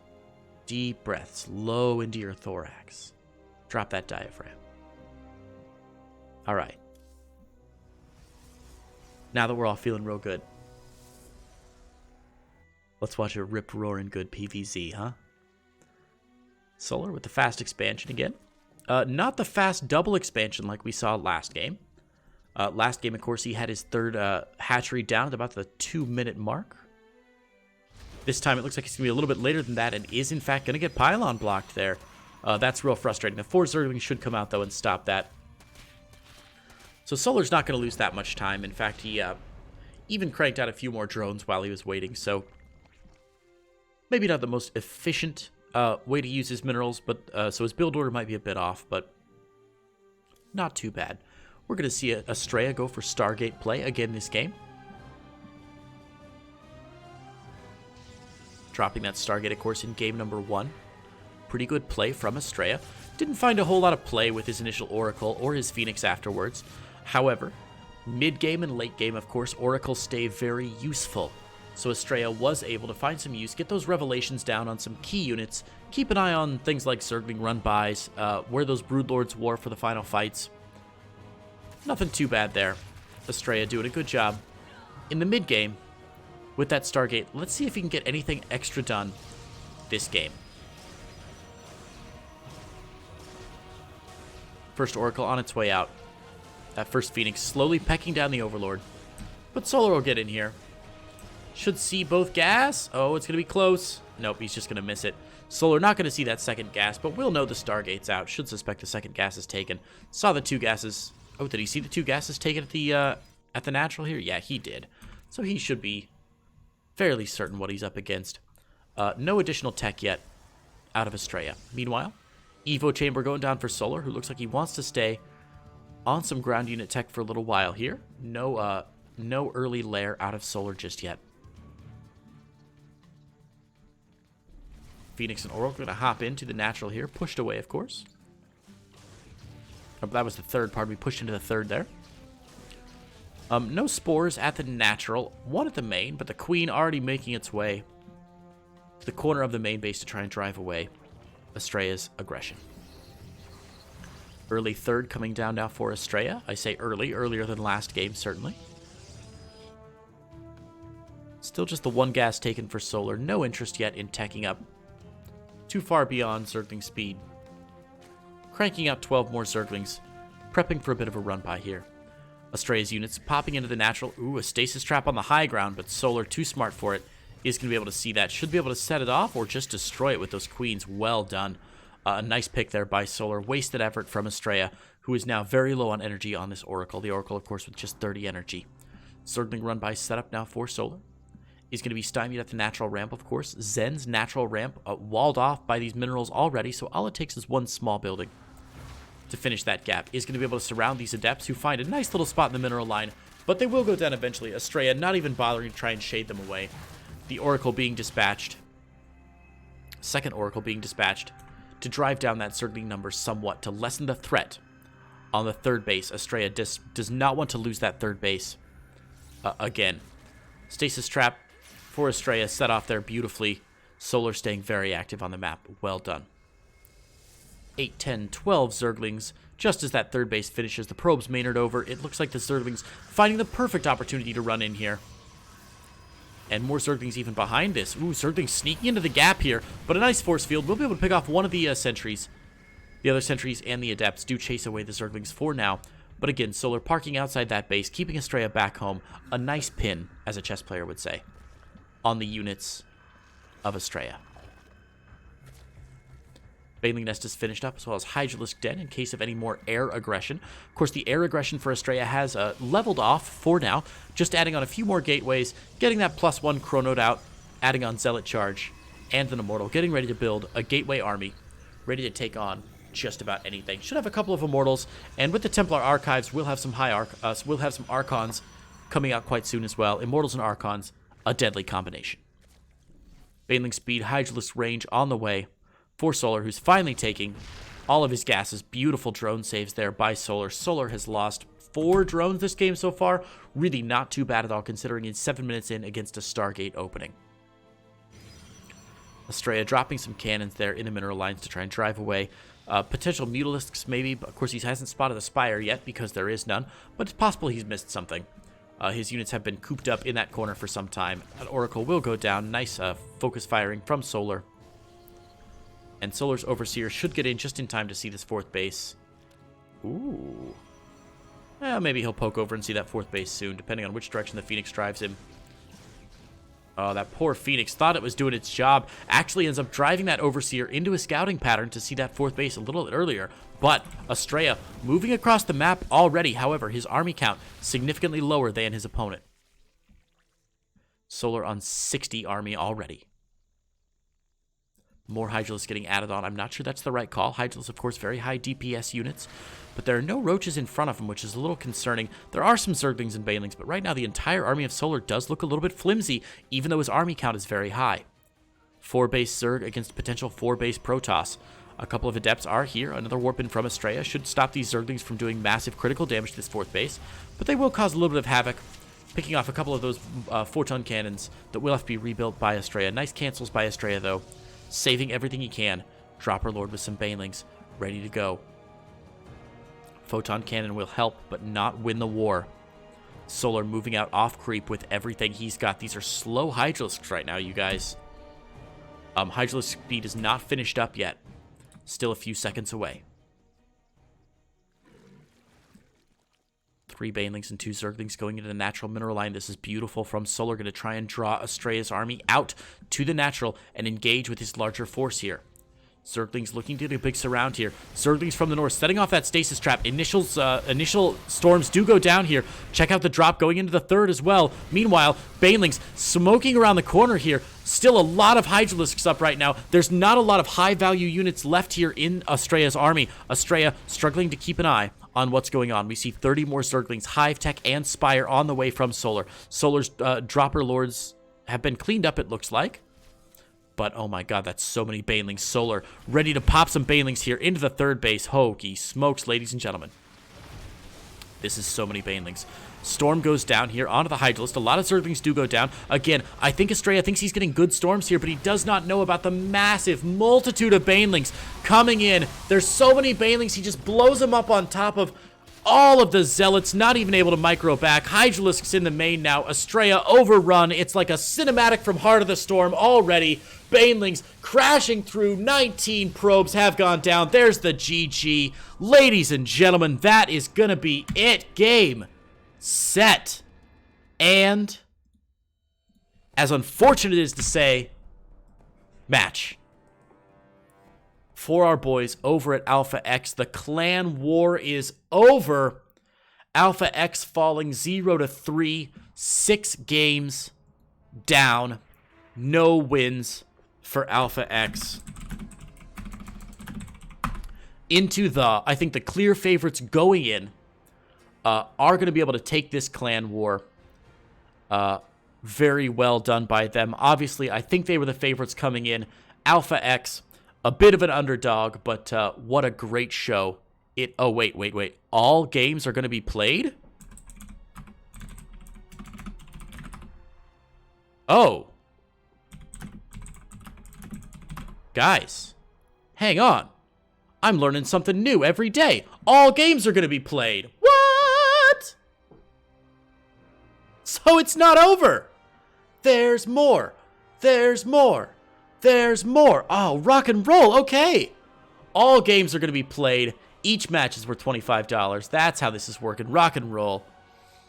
Got it. Okay. I thought we were stopping at 3 games. Oh, shit. Well, let's roll then, baby.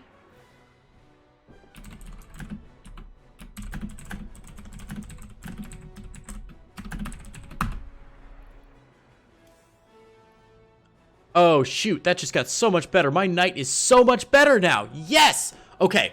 Guys, here's what's going to happen. I need a quick break. I'm out of water. My voice is starting to get scratchy, and we're waiting for TY versus Breaking GG to do their picks and bans. So I'm going to step away from my computer for 1 minute, grab some water, put on a timer, and then we'll be back very shortly for matches 4 and 5. Don't go anywhere. We'll be right back.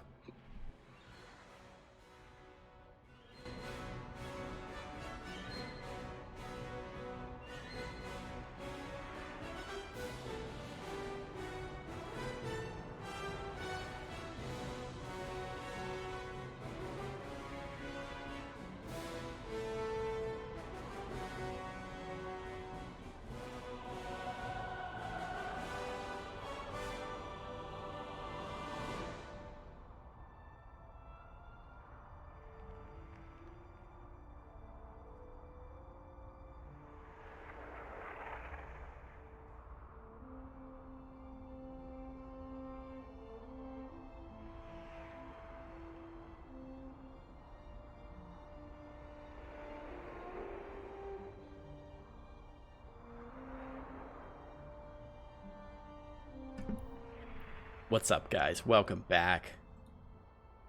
We've got our picks and bans going on right now. Looks like World of Sleepers, Zen, Simulacrum, and Triton have all been banned, and now it is up to TY to pick the first map. First map going to be Eternal Empire.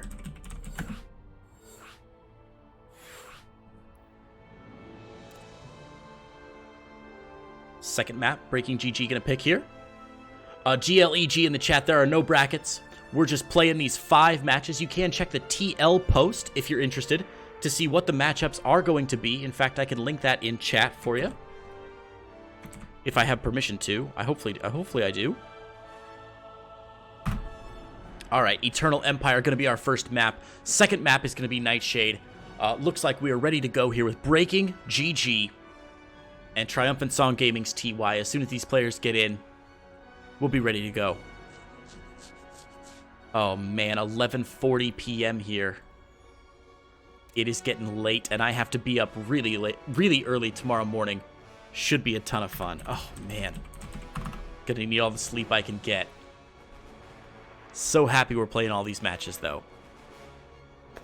All right, you're welcome, GLEG. My pleasure, buddy. It's good to have you with us. Thank you so much for joining.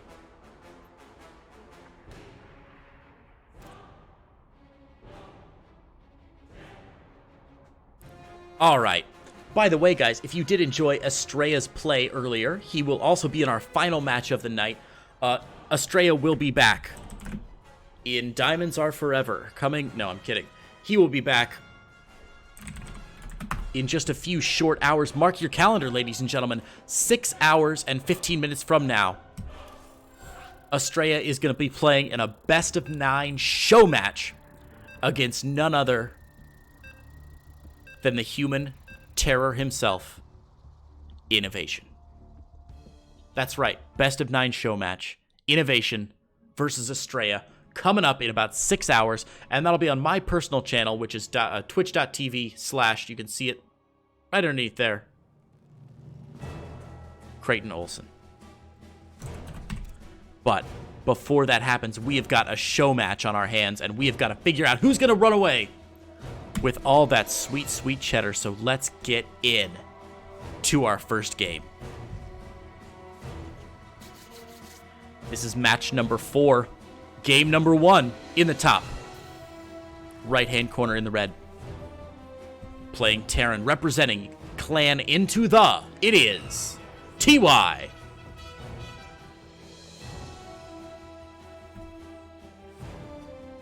And his opponent in the bottom left. In the light blue, in the cerulean, in the sky blue, in the teal, whatever color you call it. I call it gorgeous. From Alpha X, it's Breaking GG.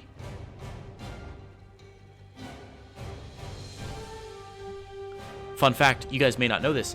The guy who runs all of the music at the GSL, the sound designer for the GSL, his name is BK Tracks. So all that hip-hop happening GSL music you hear, that comes from a guy named BK Tracks. He's actually the father of BKGG. That's the truth. BKGG is his son. Because their first name is both BK. BKGG just stands for BK Jr., basically. It doesn't translate super well. Trust me on this. Would I lie to you? Of course not.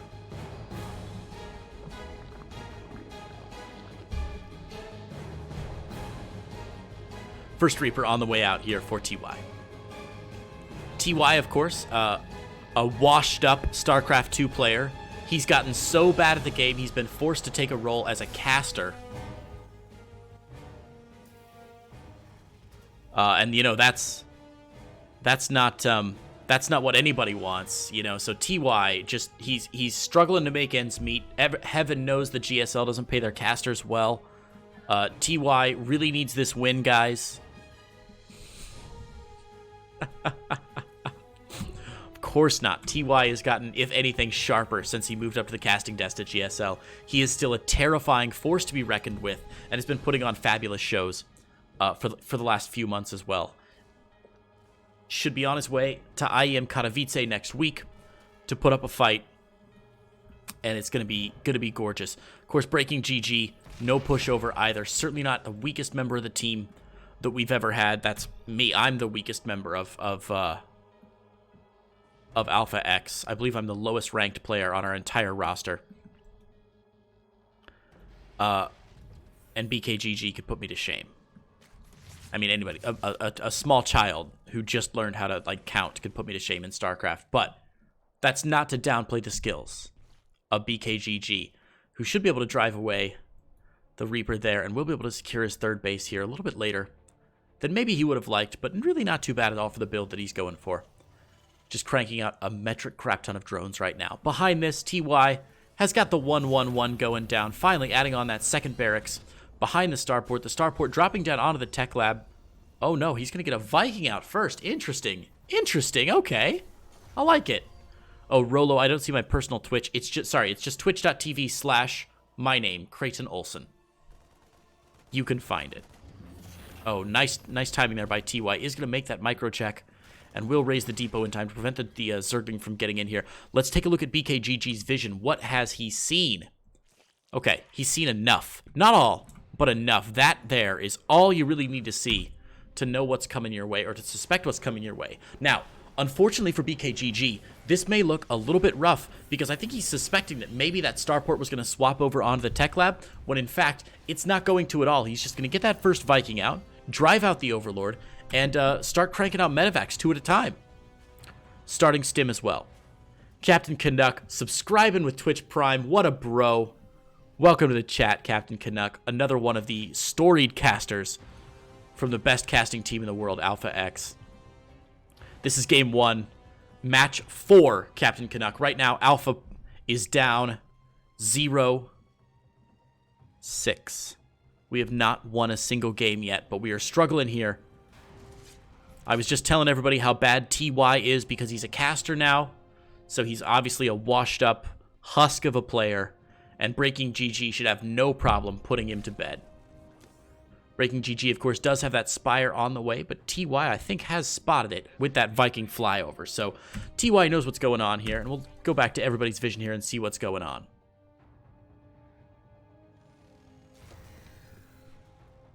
Hellions are out. The load up is finished. The double oh man, the double medevac, full of units here for TY, steaming across the map, looking to put pressure on this third base. Now 5 Mutalisks are coming out for BKGG, but there's only 13 Zerglings on the map right now. This could be really, really dangerous here. Already unloading a Widowmine mixed in as well, a couple Hellions. This is looking real scary for TY, or for Breaking GG rather.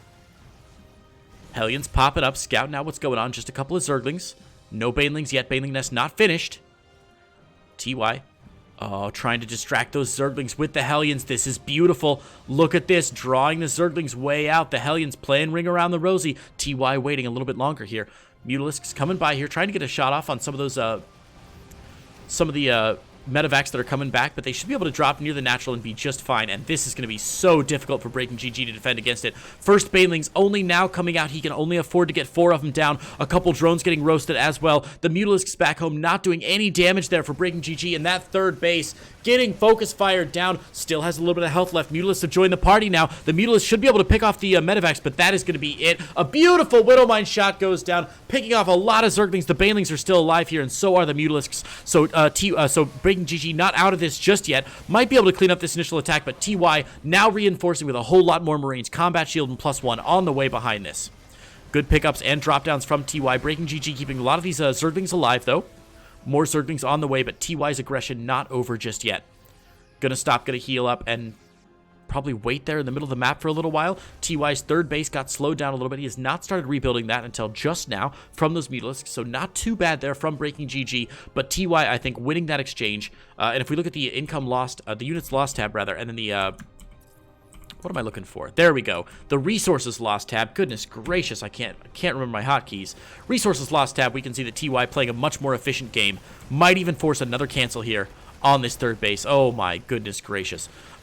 Focus firing down the Banelings. Look at this. The ball's on TY, stepping onto creep, and as soon as he gets surrounded, picking up and getting out of there. Again, another beautiful Widowmine shot there.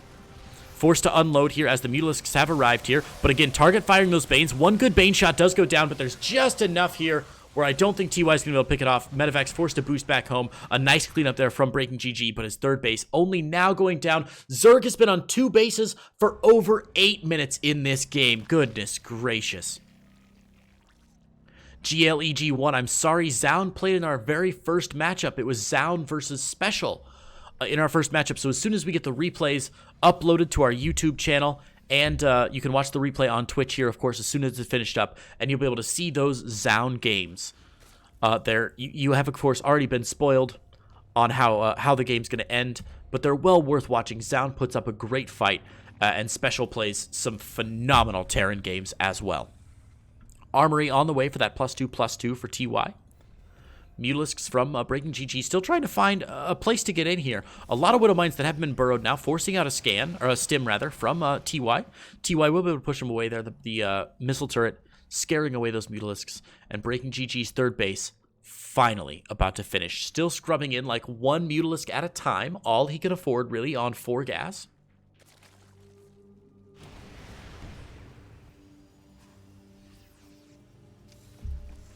Breaking GG setting up for a run by.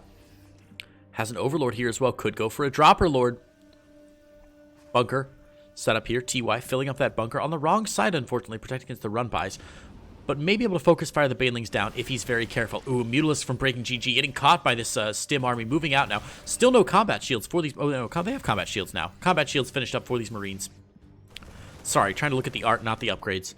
There's the run by. Banelings pulled at the last minute. TY doing a beautiful job there. Stopping those Banelings from attacking, and does clean up the run by. Meanwhile, TY steaming across the map now. 80 army supplied at just 50. Breaking GG trying to take this 6 o'clock base, but the scan from TY goes down.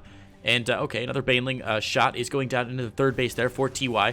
Banelings focus firing down. Nice Widowmine shots, causing a little bit of friendly fire there for TY, but picking off all the Banelings. Liberators have now arrived. Liberators sieging up on top of that. Mutalisks picking off some of the Liberators here. A lot of Banelings out for Breaking GG, but TY able to focus fire those Banelings down fairly well. More Banelings morphing in now. 12 Banelings morphing in now, as TY's small Bioforce kicks up onto the creep here. Tank tracking down those bio units, though. Good splitting from TY. Mutalisks trying to get on top of the tank there. Will pick off the only tank in TY's push.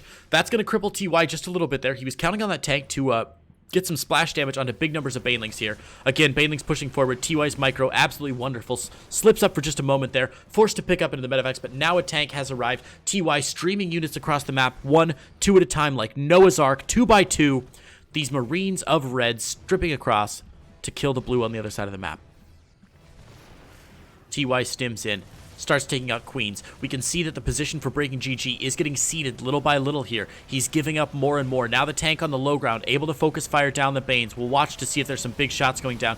TY again picking up, dropping down, breaking GG, trying to get in from the back there, picking off the tank with some Zerglings, but more Marines coming every day. It is +2/+1, but 2-2 is about to finish up for TY, and once 2-2 finishes, this push is as good as gold, baby. Not even bothering to siege the tank in the back, just rolling her up the ramp there, shifting into second.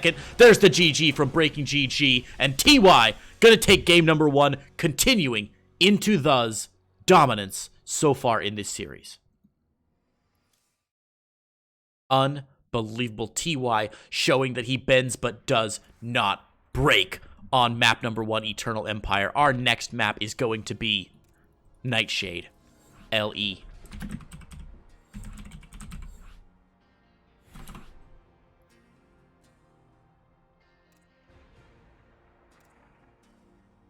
All right, we've got getting our players here into Nightshade LE. Guys, if you are appreciating these games as much as I am, and you should be, because they're incredible, I encourage you, I urge you, I beseech you,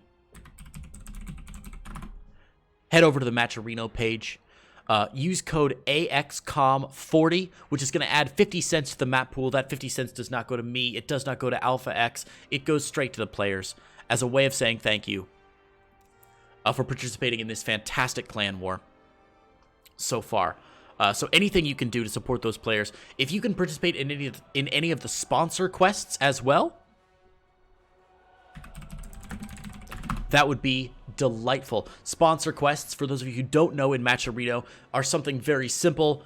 Using your Twitter account to retweet one of our sponsors, or visiting their webpage and making an account, or doing some other little things, little menial things that you can do just from your computer that all add, 15, 20, 50 cents, $1 to the prize pool, little bits and bobs here and there. They're a way to show our sponsors that you care about what they're doing and that esports is the place to invest, and they show our players that you love the matches they're putting on. So anything you can do over on that Matcherino page would be much appreciated.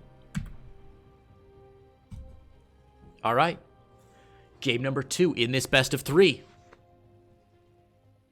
Can they do it? Can IntoThe continue their relative dominance in this series? Let's take a look. In the top left-hand corner, in the red, from Triumphant Song Gaming, representing IntoTheClan, it is TY.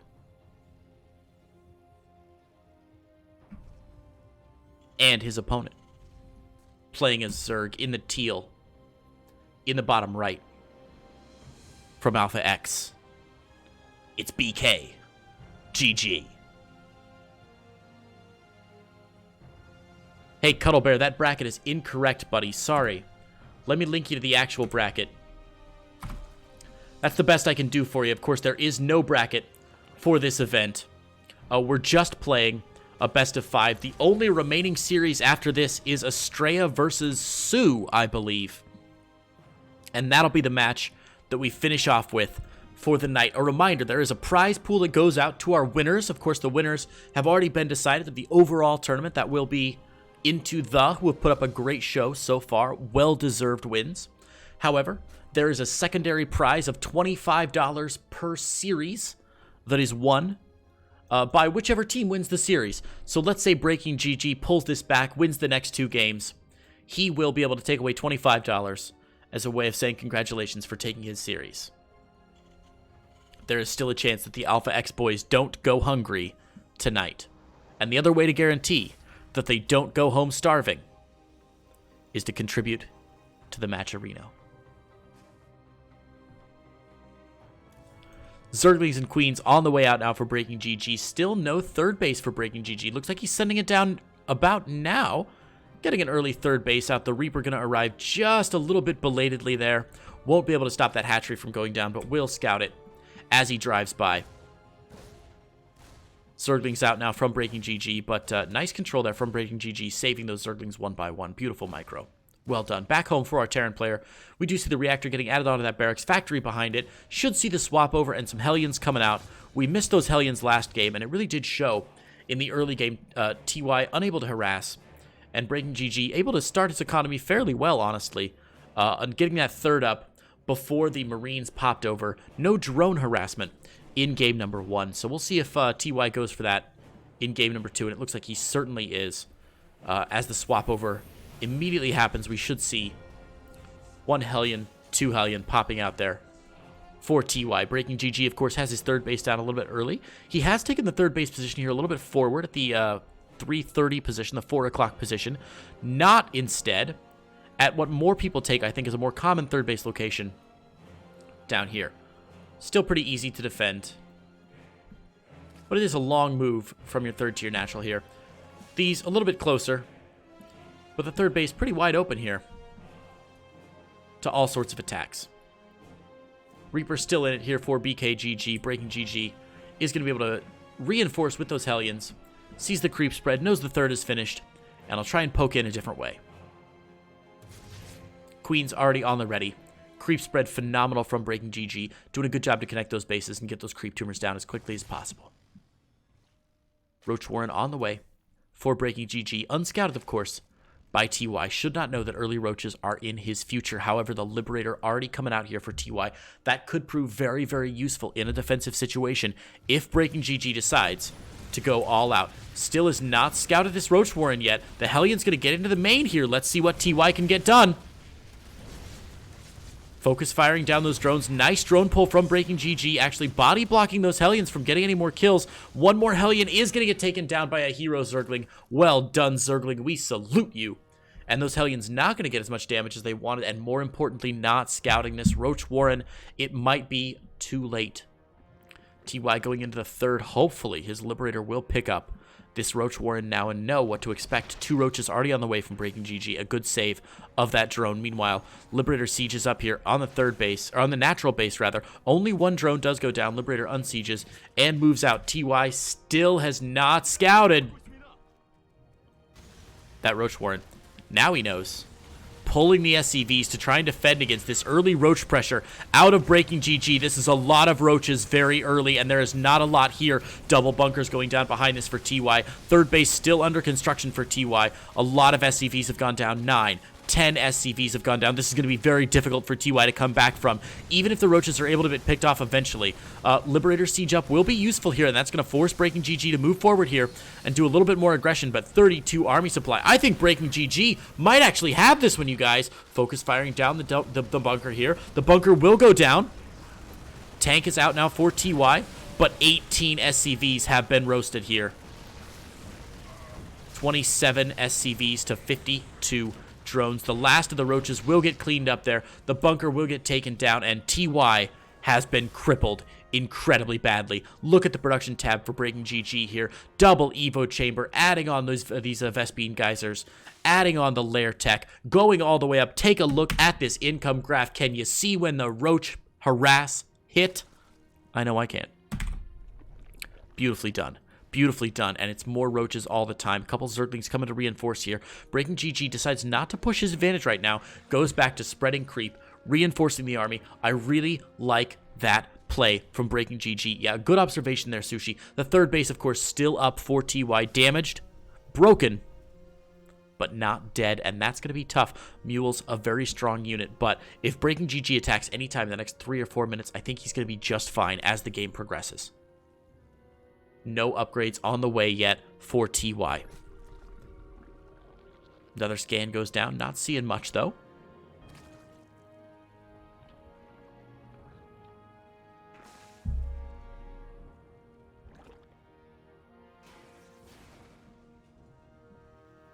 TY decides to... Is he going to move out? He has to, right? He can't sit back. He knows he's too far behind. TY can see that graph in his head. You know, like Terminator's visor shows him like data about people when the Terminator looks at somebody. He's like, and gets information about people. That's what TY does when he looks at his army supply and his His worker count. He can just see, like, brrr. I know I'm behind in this game.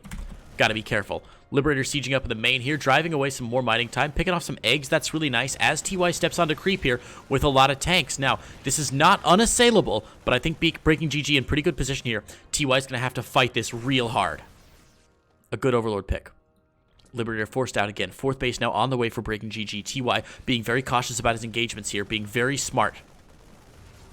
Scan goes down, sees the entire army, knows that he can't attack into that, even picks up and moves out with those tanks. Doesn't want to get surrounded. If he loses those tanks, the game is 100% over. Whereas right now, the game's only like 99% over. Nah, that's not true. I have always wanted, I don't know if any of you guys follow, like sports analytics, like sabermetrics at all. But there's some really cool stuff you can do during a game where we have software now that tracks the likelihood of a player winning the game or a team winning the game. So you can watch like a football game play by play. They'll say the team now has a 25% chance of winning the game. Oh, it's a good play. They now have a 27% chance of winning the game. Oh, it's a turnover. Their chance of winning the game has just dropped to like 15% or whatever.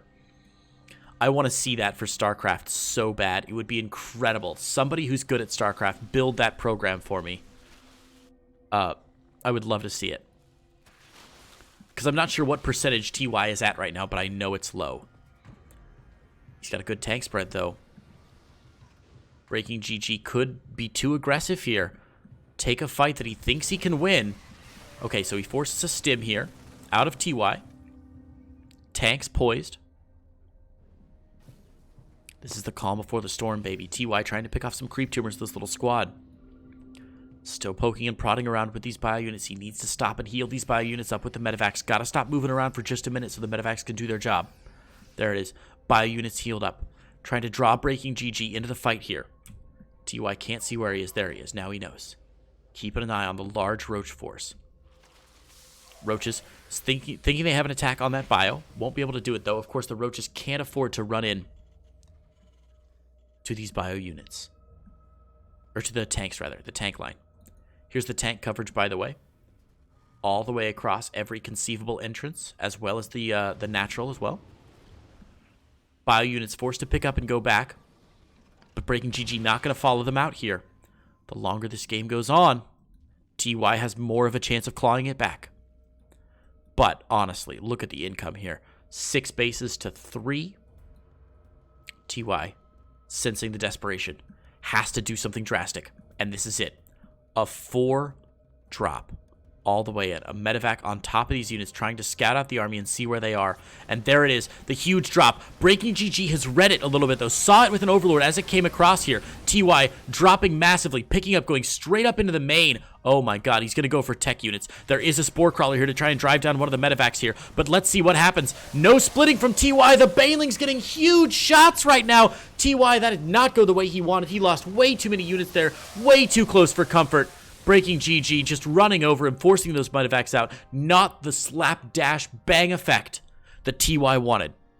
Tries to drop here at the 4th, but the entire army waiting for him. Only 2 drones going down. That is not the answer that TY needed. TY adding in 2-2, scrubbing in Liberators, but this game looking less and less likely for him as his continued attempts to attack continue to do nothing.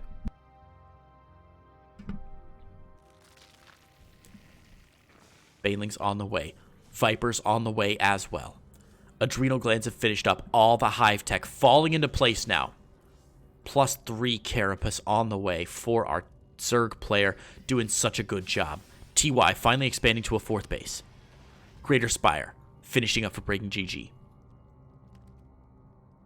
Ling Bane, Roach, Ravager, Broodlord. That's a thing, right? That's totally a thing. Breaking GG decides he can take this fight wherever he wants. Some big tank shots onto his Banelings, though, and that's a lot of gas. Breaking GG can't afford to take a fight like that again. Maybe again, but certainly not twice more. He can't afford to take that fight. TY, knowing he's got a bit of an advantage here, moving out with these bio units, trying to pick off what he can. 2-2 about to finish up. Will draw him even in the upgrades army, or in the upgrades war so far. TY just on 4 bases. 1, 2, 3, 4, 5, 6 bases down for Breaking GG. Thor's on the way to fight against the inevitable Broodlord transition that is coming.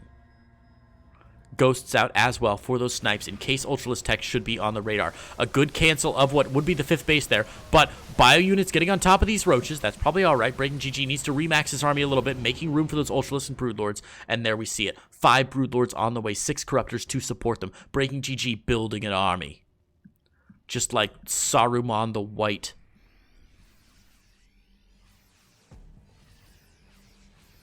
Roaches sharking around the 3rd base here, forces a stim out of the bio there. The bio unit's trying to track these down, but again, not huge losses for Breaking GG. He is maxing out his supply, so he does need to readjust, make room for some more units. He's building up a massive bank right now. Maybe not as much gas as he would otherwise like, but again, can't walk into those siege tank lines there, Breaking GG. You've got to be careful about throwing away the units here. Playing a much less, gosh darn it, much less efficient game. There it is. Much less efficient. Sorry about that. Much less efficient game than TY. But still winning. Certainly. TY is now even on workers, by the way, guys. Remember a while ago when it was 20 workers to 60? Yeah, it's now 80 to 80. We're even. The bank for Breaking GG looking good, but TY's bank also looking pretty good. TY even on army supply. I'm not sure how I feel about this from Breaking GG. TY potentially mounting a bit of a comeback here. Infestor energy on the way. Broodlords have finished up. A lot of Broodlords on the map right now. 9 Broodlords for Breaking GG. Is he building... He's building 2 fusion cores? Okay, wait a minute. Doesn't matter. Breaking GG coming in from 2 sides. Is going to be able to trap out this army just a little bit here. Some nice plays, forcing those medevacs down. Couple bio units will go to their graves. Again, Roaches and Ravagers trying to move in here, but the siege tank lines from TY, a very good spread. TY now with a decent army. A lot of Thors. Plenty of Vikings. Well, some Vikings. I don't know if it's enough. 8 Infestors now on the way, as well as Burrow. Breaking GG staying nimble, staying quick, jumping over that candlestick and changing his army supply. His army composition, rather, to something more acceptable. Neuroparasite coming down as well. Oh, man, this is insane. TY doing such a good job right now. Unbelievable. Coming back from what looked like inevitable defeat. TY now drawing roughly even. Let's see if Breaking GG can make this work. First Broodlings are down now, on top of the Thors. Thors have got to get those things down. TY still pinned up a little bit against his 4th base. Surely TY wants to be out putting pressure on some of these bases, but we see just spine crawler forests dropping down this game. Gonna go to the ultra late game. 15 minutes, I expect we'll see 20 before this game is over. Wait a minute, though. Big run by here from Breaking GG. Bio units forced back again, drawing these units into tank fire. Thor is here for backup. Breaking GG forced away. Both players maxed out. No 3-3 on the way yet as TY transitions to a bit more of a mech-heavy composition. This is insane. This is insane. Liberator range on the way. +3 on the way for Thors and tanks. And here comes the push from Breaking GG. TY gonna unsiege and get these tanks away. He doesn't have as much of a bank as his opponent, so he can't afford to lose any of these mech units. The entire slow-moving army from TY comes down here, but the Broodlords not supported by too much here. Oh, Burrowed Infestors behind this. He's got to be cautious, though. A couple of big fungals. Okay, the scan goes down. Will show those Burrowed Infestors. TY knows what he's up against. Banelings crashing onto the Thors. Not really what you want to do here. The Thors very low, though, right now. Broodlings sieging down here. The Planetary Fortress will fall. The 5th has been broken.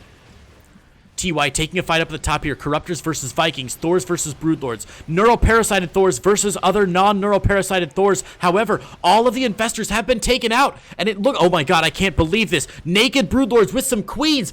Breaking GG doesn't have much left. Now, the SCVs from TY have been damaged once again, but he has a lot of backups here. Command centers on the go. All the Broodlords going down here. Just a very few left. Vikings now here to push them away. Queens trying to take down a couple of the Vikings. The Vikings will retreat. 5 Broodlords. 4 Broodlords will escape with their lives. Both sides crippled unbelievably. I don't know who won this. I think this game's even, y'all. Obviously, the bank in favor of Breaking GG, but he's struggling with his gas units. So he's built a couple more Infestors, but all he's got left now are all he's able to build now really are Zerglings. Vikings still out for TY here. TY has cut back on the Viking production. A lot of ghosts on the way. More Thors as well. Both players trying to remax there. TY obviously a little slower to remax than his opponent. Doesn't quite have the production facility that Breaking GG has. Breaking GG still pushing in with some queens. Can't afford to lose those queens though. Those Broodlords now pretty naked here. Thor's pushing forward, able to clear out those Spore Crawlers. And that's going to give those Vikings all the play they need to get on top of these Broodlords. There's nothing to protect these Broodlords. Breaking GG now moving in with the Corruptors. Oh my god, the Broodlords getting one shot. The Vikings have done their job. All the Broodlords are down now. And it looks like Breaking GG going to try and surprise TY with a bit of a tech switch into Ultralisks. Meanwhile, Zerglings destroying some of the bases here. Oh god, this is going to be ugly. Terran players look away. Oh, heavens to Betsy. Granny, get your gun. That's disgusting. A nice fungal growth goes down on a couple of those Vikings. Again, we see some neural parasites coming down from the infestors. We should see a scan out of TY here. Oh my god, the repair is real. Is going to save this planetary fortress. TY with a clutch play. Oh my goodness gracious. Why is anyone watching any other StarCraft than this game right here, right now? This is the best thing I've seen in ages. Ultralisks now on the way. Ultralisk Carapace upgrade as well as Flyer Carapace upgrade on the way for Breaking GG. TY struggling to keep up. Bleeding Minerals right now. Needs to establish their base, but one cheeky little burrowed Zergling there going to stop him from taking it. Income again in favor of Breaking GG here. TY trying to draw even, but it's very, very difficult. Switching into Liberator tech as well as Siege tanks. A lot of Banelings coming out. Obviously, Breaking GG going to try and get those Banelings onto the Thors, work the Thors down, clear the way, so that then the Ultralisk can tap everything else. However, he has not yet seen these Liberators coming out from TY. TY's Liberator switch could be the key here. A lot of Vikings taking up a lot of empty space right now for TY. I'm not sure what he's doing with those. There are no more Corruptors. There are still Corruptors on the map, but no more Broodlords. Here we go. The Vikings going to be able to come in. The Corruptors trying to get that planetary fortress. They will get pushed away, though. Vikings should be able to chase those down. Meanwhile, while the army's drawn over to the 12 o'clock position, Zergling run by onto those transferring SCVs. So many SCVs have gone down this game. TY has lost 60. Oh, nice. Nice. 69 SCVs. Nice. Nice. Ha, that's the 69. But now it's more than that as 8 more SCVs go down. The Zerglings working their way into the natural even. I can't believe I'm seeing ghosts picking off Zergling run-bys. What universe is this? Now, this base did get taken out. That means that the 9 o'clock base that TY was hoping to take is not going to be taken. That's a real shame, but there's a big engagement going down here. A lot of neural parasites going down. 5 neural parasites on all the Thors. No scan. There we go. Scan finally going down there as the Thors begin to take out some of the infestors. All the Ultralisks going down as well. Breaking GG again, crashing up against the rocks of a Thor, of a TY, who is doing a really, really nice job staying alive in this game. TY trying to start a planetary fortress, forced to lift off there. The top corner base has been taken by Breaking GG. Well saturated already. Burrowed Zerglings again, forcing some more scans out of TY. Both players have gone through their banks already. Breaking GG maxed out again, but what is he maxed out on? Ultralisks and a lot of Zerglings. I mean, I know Cracklings are great, you guys, but I'm not sure that that's going to be quite enough to win the game for Breaking GG. TY showing that he is as resilient as ever. Here we go. Yet another assault into massive siege tank spread. Corruptors there to try and fight against Vikings. Thor's getting overrun this time, but the army supply may be able to hold here. A couple Ultras still alive here. Zergling's getting a full surround. There it is. TY has been broken, and Breaking GG is going to take the first game of the series for Alpha X. Woo! Woo! Hokey smokes, you guys. Unbelievable stuff. Alpha X currently down 1 game now to 6-7. All right, we need our last map of the day. We have played Nightshade, Eternal, Ephemeron.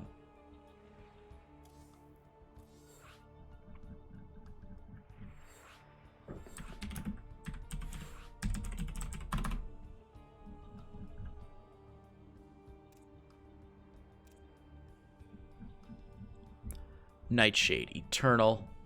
Should be Ephemeron LE coming up next.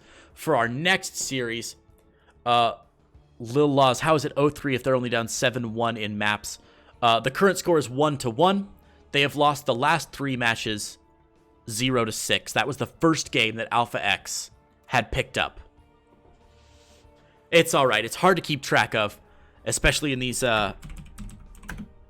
clan war settings. I know there's a lot going on, so don't worry. No, you're not bad at all, Lil's Lot. You're fine. Breaking GG, ready to go. This is it. 1-1. It's now a best of 1 between TY and Breaking GG. As we count down into the final game of match number 4 in the clan war between Alpha X and Into The. Oh man, it is 12:17 in the morning for me now. I have to be up in 5 hours to cast another great series, and I couldn't be happier. Let's do it. Oh yeah, ladies and gents, boys and girls, children of all ages, welcome to the final showdown between these two players in the top left-hand corner in the red, winning game 1 and getting destroyed by an early roach push in game 2. From Triumphant Song Gaming, representing Into The, it is TY. Into the Zound. Zound played earlier for Alpha X. What am I thinking? In the bottom right-hand corner, in the teal, the first Alpha X player to win one map so far, it is Breaking GG.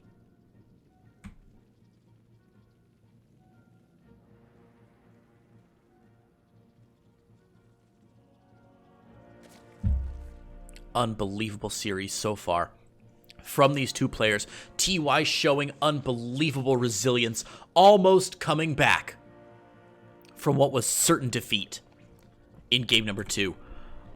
Don't count out Breaking GG, though. His timing attack was impeccable. His continued attacks were fantastic. His late game transitions, on point. He did everything a healthy Zerg player needed to do to win game number 2. And there should be no shame in his eyes for what he has done so far. Let's see if either of our players decides to shake things up. It's really interesting. Usually I expect to see cheese in about 1 out of 10 pro games. That's usually my rule. Every 10 games or so, I expect one of those to be what we would call an aggressive opening. Not necessarily an all-out, all-in cheese, but some sort of, proxy racks or something a little bit fun. A little Zergling harass. Maybe a roach all-in. So far, we have not yet seen any really aggressive cheeses in this series. So the clock is ticking. It's about time.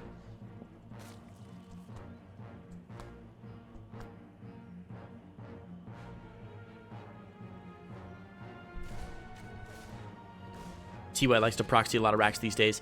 Not so much. I mean, it's certainly not 2017 anymore. Queen pops out and should drive away that Reaper. The Reaper, with no kills, will get into the main base, though.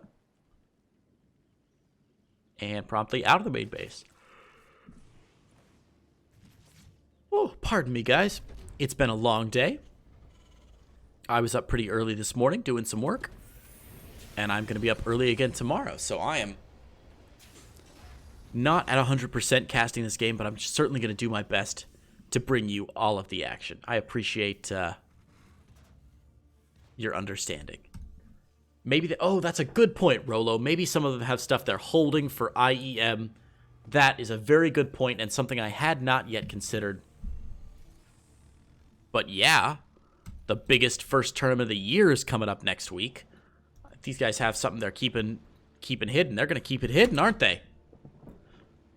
Interesting. Oh, my pleasure, Potato Pleb. I would cast StarCraft until my face fell off, were I given the choice.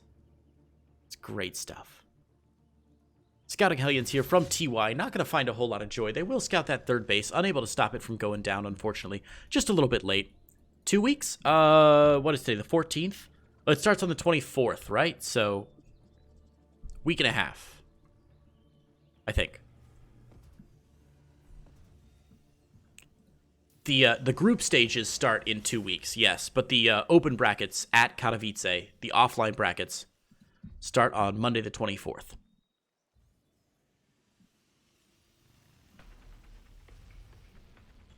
First Cloaked Banshee's out for TY, and he's starting his second one. Man, it has been too long since I've seen a Cloaked Banshee opening here for TY. Now, the Banshee will get spotted, so he knows what's going on. Breaking GG already dropping those Spore Crawlers down. One here at the main, one at the natural. And should be one at the third here as soon as the third finishes up. Hellions, of course, going to dart into the third, hoping to find something. Unfortunately, no drones have been mainerded over yet. So these 6 Hellions won't find a lot of joy.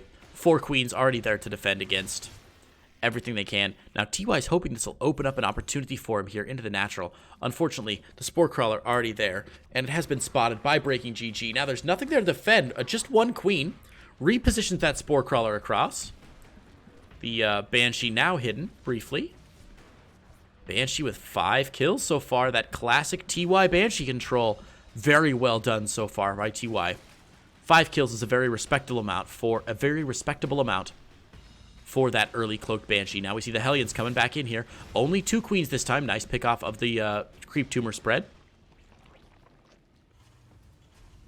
Double Engineering Bay going down for TY as he's going to transition into a pretty solid bio game.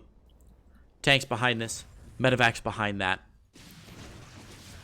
Double Banshee now going at it. 4 more kills. That's a total of 9 kills between those 2 Banshees. 9 kills, not bad at all. And both Banshees still alive to add their firepower to an army later in the game. Make it 10, make it 11, make it... Oh, nice save there by Breaking GG. Split-second hair trigger decisions, allowing him to be saved by those Spore Crawler builds. And that's going to send TY back home. Oh, no, it's not. Who am I kidding? TY loves this too much.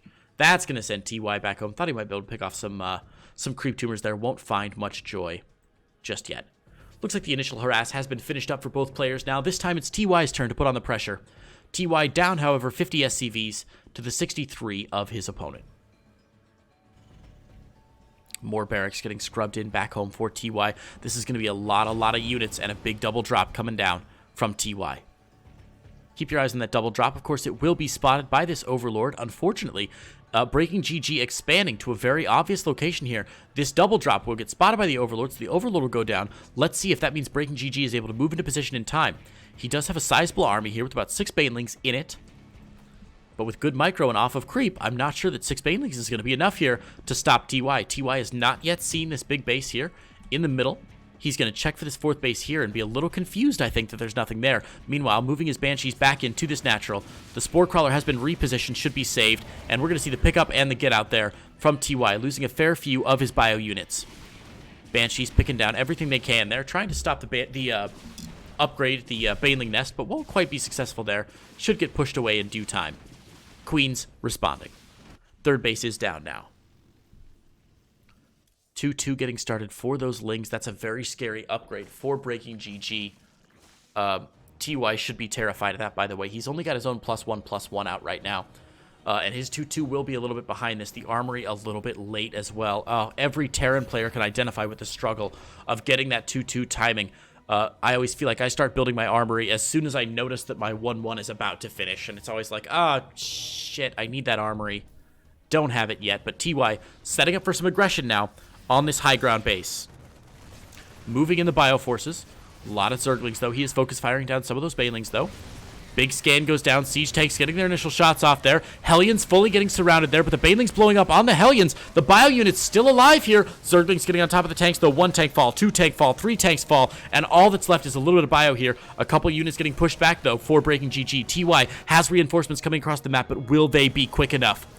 Bio units picking off what they can, driving down some Overlords here. Plenty of extra Overlords in the supply, though, for Breaking GG. Some Banelings do get picked down before they're able to hatch. Drones have been pulled. Drones to the slaughter. TY with a pincer movement here, getting on top of these drones, and there's the GG. Breaking GG knows he can't hold it. Ladies and gentlemen, TY gonna close it out 2-1.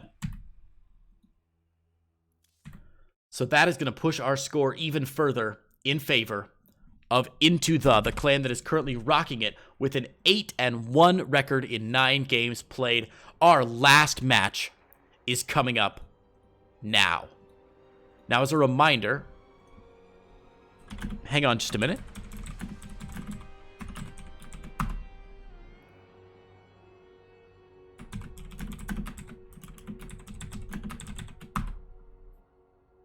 All right. So last match coming up now is going to be Estrella versus Sue. Now, some of you that have been watching the whole time are going to say, but Creighton, you're wrong. Estrella has already played. You're correct. In this particular clan war, Estrella is actually going to play twice for Alpha X. Alpha X had one of their players drop out at the last moment. They were unable to make the tournament. So Estrella is filling in for the player that dropped out. So now we are doing the picks and bans here with Sue and Estrella. Sue is our first banner and will be our first picker as well. Sue is banning Nightshade. Now it's up to Estrella to ban whatever's next.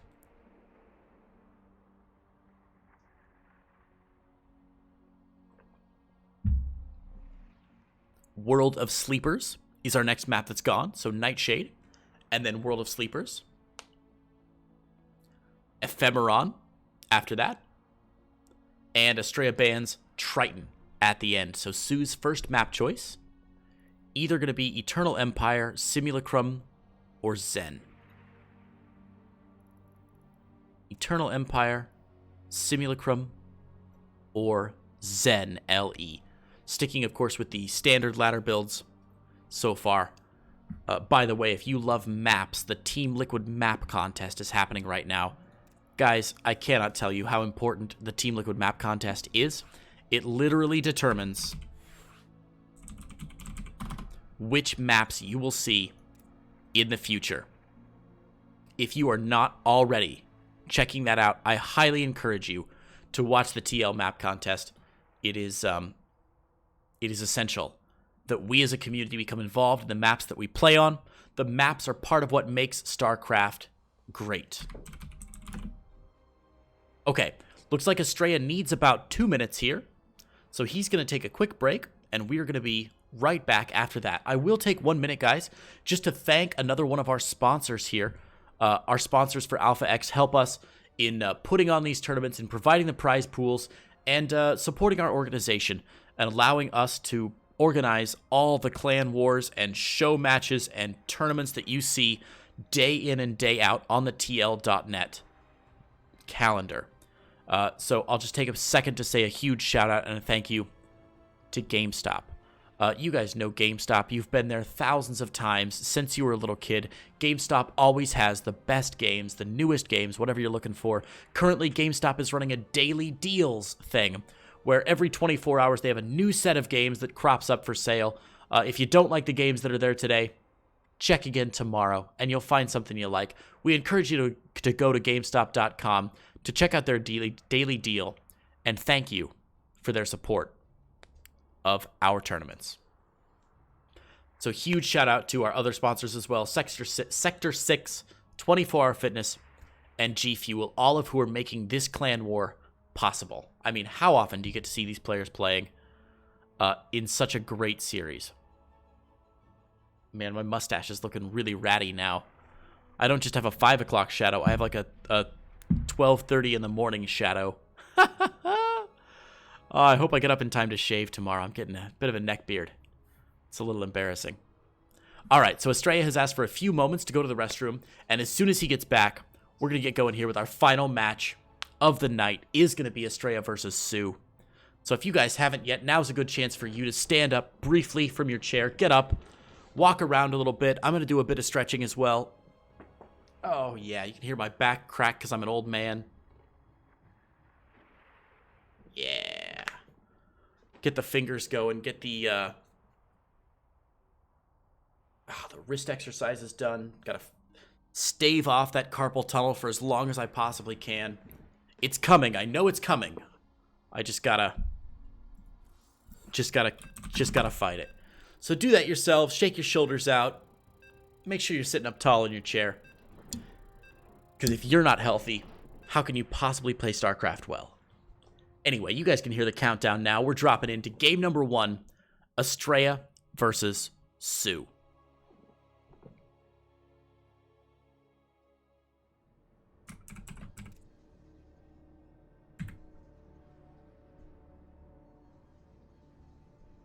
Match 5.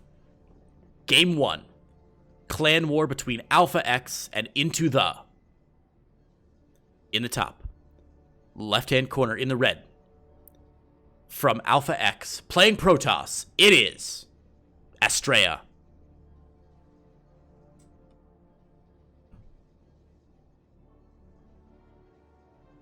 His opponent.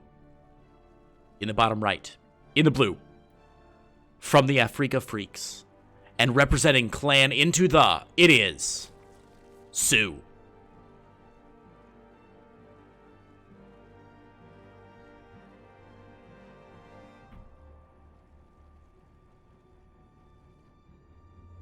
Standard opening so far for Estrella.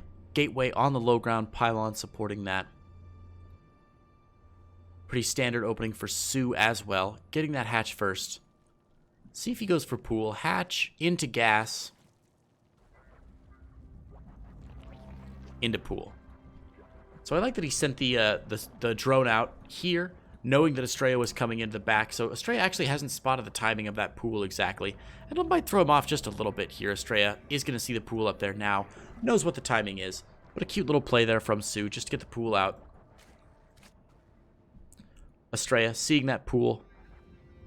Yeah, seeing the expansion first and then the pool is going to feel good about dropping the Nexus on the low ground and the Cyber Core to protect against it. AX Chili Boy last series was won by TY in a 2-1 nail biter. That game number 2 was one for the ages. Cannot recommend enough that you go back and check out the replay. TY versus Breaking GG, game number 2, absolutely insane. But TY able to pull out the win in the end. All right, Sue with the very early expand again, going for that third base. This is something we saw Solar doing a lot last game as well. Of course, Solar and Estrella did play earlier today. Solar won that battle 2-0. We'll see if Estrella has any more fight in him against Sue. Estrella going for Stargate first this time around. We saw Estrella go Stargate first twice in a row up against Solar.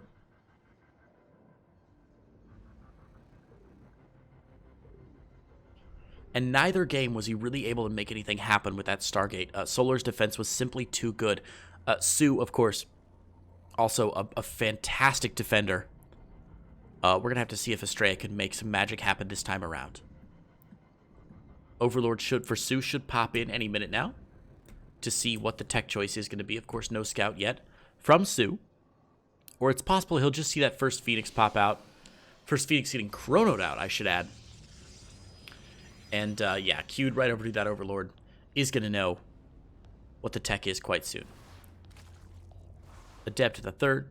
Just picking off whatever he can. Trying to pick down some eggs, but the eggs, of course, will finish. Drone, a nice save there by Sue. He's going to put down that Spore Crawler and actually probably will let that Spore Crawler finish now that he's seen the first Phoenix coming out here from Estrella. Spore Crawler at the third. Spore Crawlers will follow at the natural and the main behind that. Circling speed about 3/4 of the way done there. Second Phoenix on the way out for Estrella. Third Phoenix, pardon me, on the way out for Estrella. Goodness gracious, I lost count of the Phoenix.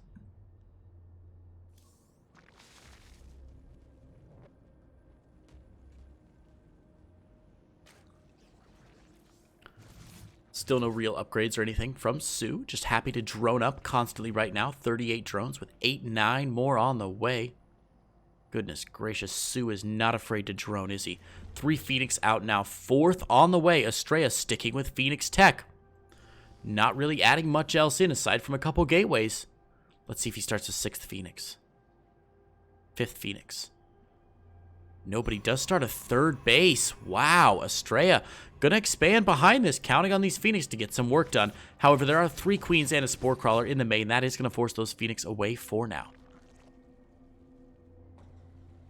Good defense so far by Sue. Forge behind this for Estrella, looking to get the upgrades and make the ground army to support those Phoenix a little bit more strong. Lair on the way. Phoenix with a free kill, though. Oh, nice transfuse by that Queen. Nice secondary transfuse. Very nice work by Sue, saving that Overlord from an almost certain death. That Overlord deserves a promotion and a cigarette break. That is for sure. Oh, goodness. Don't smoke, kids. Smoking is bad. Hydralisk Den on the way. Baneling Nest behind this. Zergling run by. Going to be attempted here by Sue, but that front wall is locked up tight. Third base should be under assault, though. Oh, he's not going to check for it. Sue, you got to check for it. Sue, you got to check for it. Oh, okay, Sue's not going to see that third base finish up just yet, but should poke his head in and see soon. Phoenix, meanwhile, again, trying to pick off some more Overlords, but Sue with nice, can't believe I'm going to say this, decent Overlord micro. Finally going to lose one Overlord. The Queens don't have any transfuse energy to save it, but oh, the humanity, the transferring probes. Okay, only one transferring probe going to go down. Those Zerglings are going to get the heck out of there. Protected by a few warp-ins there. And the third base now saturated for Estrella. Both players on about 60 workers. Sue slightly ahead in the army supply, and Estrella's army tied up largely in these Phoenix. Zealot charge on the way, as well as the Templar Archives behind this. And Koba, SCA, man! Long time no see. It's good to see you, buddy. Welcome to the fifth match in this clan war. The final match of the day. Robo down now for Estrella, going to start scrubbing in those Immortals to try and support the army, but Hydralisks on their way out. Of course, Estrella has seen this coming in, sees all the units pooling at his front here, 60 army supply, a massive Baneling bust about to happen here. Hydralisks back here to support. Banelings crashing forward now. Let's see, not even rolling, just waddling forward. Actually going to move these Banelings onto the main army. Some nice Archon placement, though, by Estrella. Will take out a couple of those Banelings. That's going to open the door for the Hydralisk, though, to outrange those Archons. The Archons with, again, very nice shots there. Great control by Estrella. Is going to lose both those Archons, but did take out all the Banelings. Unfortunately for Estrella, there's simply not that much left. A couple of charged Zealots, and his third base completely under assault right now. Sue having the disrespect to morph in Banelings right on the natural of Estrella. Estrella popping in with some charged Zealots, some good lifts from the Phoenix, but I just don't think it's going to be enough. There's simply too much DPS in Sue's army, and Sue desperately trying to transfer home right now. The third base has been ransacked, and Sue is going to take his prize or die trying. A small force from Estrella backing up behind this. Going to get caught by the Zerglings, who aren't even A-moved, and Banelings again trying to make themselves useful, but there's just so much here from Sue. Estrella getting rolled over right now at the 8-minute mark. Again, Archons with nice target firing there. The Banelings not being very effective, but the Archons very, very low now, giving the Hydralisk just enough play to get in on top of him. Bad control there. Estrella losing his head just a little bit, I think. Charged Zealots on top, but it doesn't really even matter anymore. Zerglings clearing off the last few of these units at the third base. The natural under assault now. Nothing in the main to defend against this. The first Immortal comes out, but too little, too late for Estrella. With 10 army supply, there's the GG, and Sue gonna take game number 1. All right, Sue with a pretty good win there in game number 1, just rolling over Estrella, not being baited in to his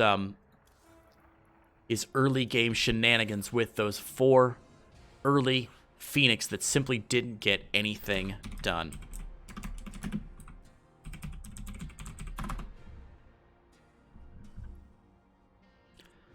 All right, we have got our what could potentially be our last game of the night going down right now. We will see if IntoThe can put the kibosh on this series, go ahead and win it 5-0, or if Estrella can come back and win 2 in a row to regain some honor for his team up against Clan IntoThe. Again, I do want to stress, I know we've said this a lot tonight, but there is no shame for Alpha X to finish the way they have. I think they are a clear underdog.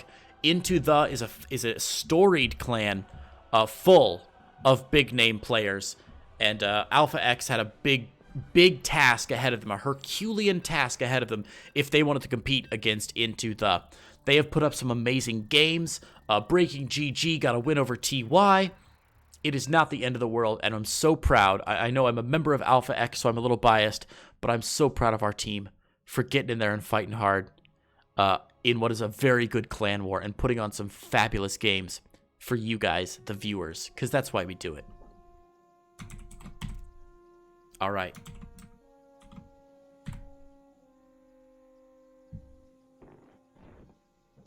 map 11 of the series. In the top right-hand corner, in the blue, from Alpha X, playing Protoss, it's Estrella. And his opponent. In the bottom left, in the red, on the Afrika Freaks, and representing Into The, it is Sue.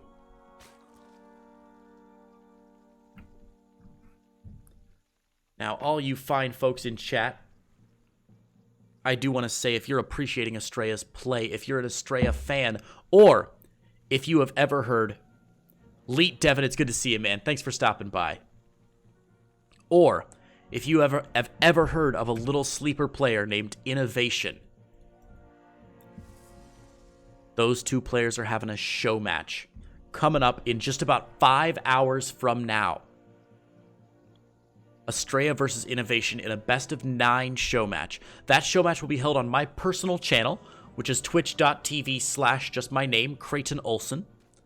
That'll be happening 5 hours from now at 6 a.m. Central Standard Time. That's 7 a.m. Eastern Time. GMT minus 6, I think. Anyhow, if you want to catch that, do drop me a follow on my personal Twitch, and we'll be in with that show match shortly. I have to sleep. But, you know, after I sleep. Wow, a 152 third base from Sue. Look, these Zerg players are getting so much greedier than I ever thought possible. And Sue is no exception. Third base down well before the 2-minute mark. Just as, I mean, the hatchery, the spawning pool finishes, and the third base is down so quick. Unbelievable. The probe's not even able to stop it because they're just like, surely there's no way there's a third base down by then. But there is. Sue chronoing out, Estrella chronoing out a second adept here as the first adept shades across the map. Probe there to scout. Probe will go home. The adept, of course, going to try and push into this natural here. May try and harass this creep tumor a little bit if he thinks about it. But, ooh, the adept is going to finish the shade there. So Queen forced to chase it down here, but the adept will get the run around. The ring around on the main base. We'll see a fair few number of Zerglings coming out from Sue. But not the end of the world, of course. That shade going to go back down into the natural, where a couple Zerglings may have a chance to get a nice pick off here. Second adept joining that first one. Just as the first one goes down, a nice save by Sue, saving that drone. Behind this, we see a second gateway getting added on for Estrella, and he's switching into production of a Stalker. Ooh, man, losing that second adept, that's a real shame as well. You kind of want to keep those original two adepts around. They're really, really helpful for continuing to poke and prod your opponent and keep them, you know, pressed up against their base. Ooh, is that another gateway coming down for Estrella? He's just going 3-gate? No tech? Estrella's just going to do it. He's just going for it, man. Unreal. Okay, 3 gates for Estrella. Sue. Oh my god, he's not going to see it. Sue's not going to see it. Okay. All he needs to do is get like 1 Zergling, and he's going to be good. And this is it. This is the hero Zergling, man. 1 adept. Zergling speed. He sees 3 gates, and Sue's like, aha, I get it. And behind this, oh my god, Estrella. Estrella, you god among mere mortals. Double Stargate behind 3 gateways. Hokey smokes. Roach Warren down for Sue now as well. Oh. Oh, jeez. All right. Double Stargate for Estrella. We've seen him try this before.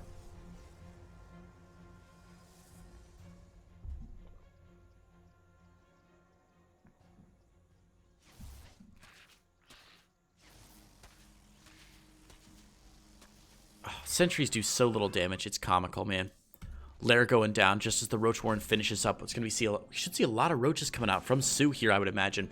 He's cleared himself some space in the supply. Immediately, roaches and Zerglings coming out here. More Overlords on the way. Little supply blocked there. That's okay.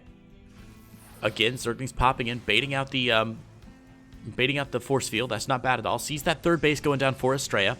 And now these roaches may have an opening Ravagers and Zerglings, a dangerous combination against a Protoss who has spread himself a little bit too thin. Double Stargate cranking out more and more Phoenix, but you know what Phoenix aren't great against, guys? 300 Roaches.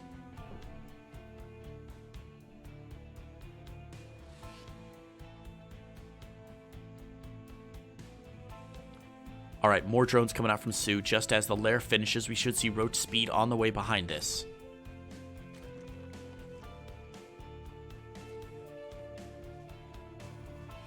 There it is, Roach Speed and the Spire. Sue going all out with this tier 2 tech here. Roaches and a Spire.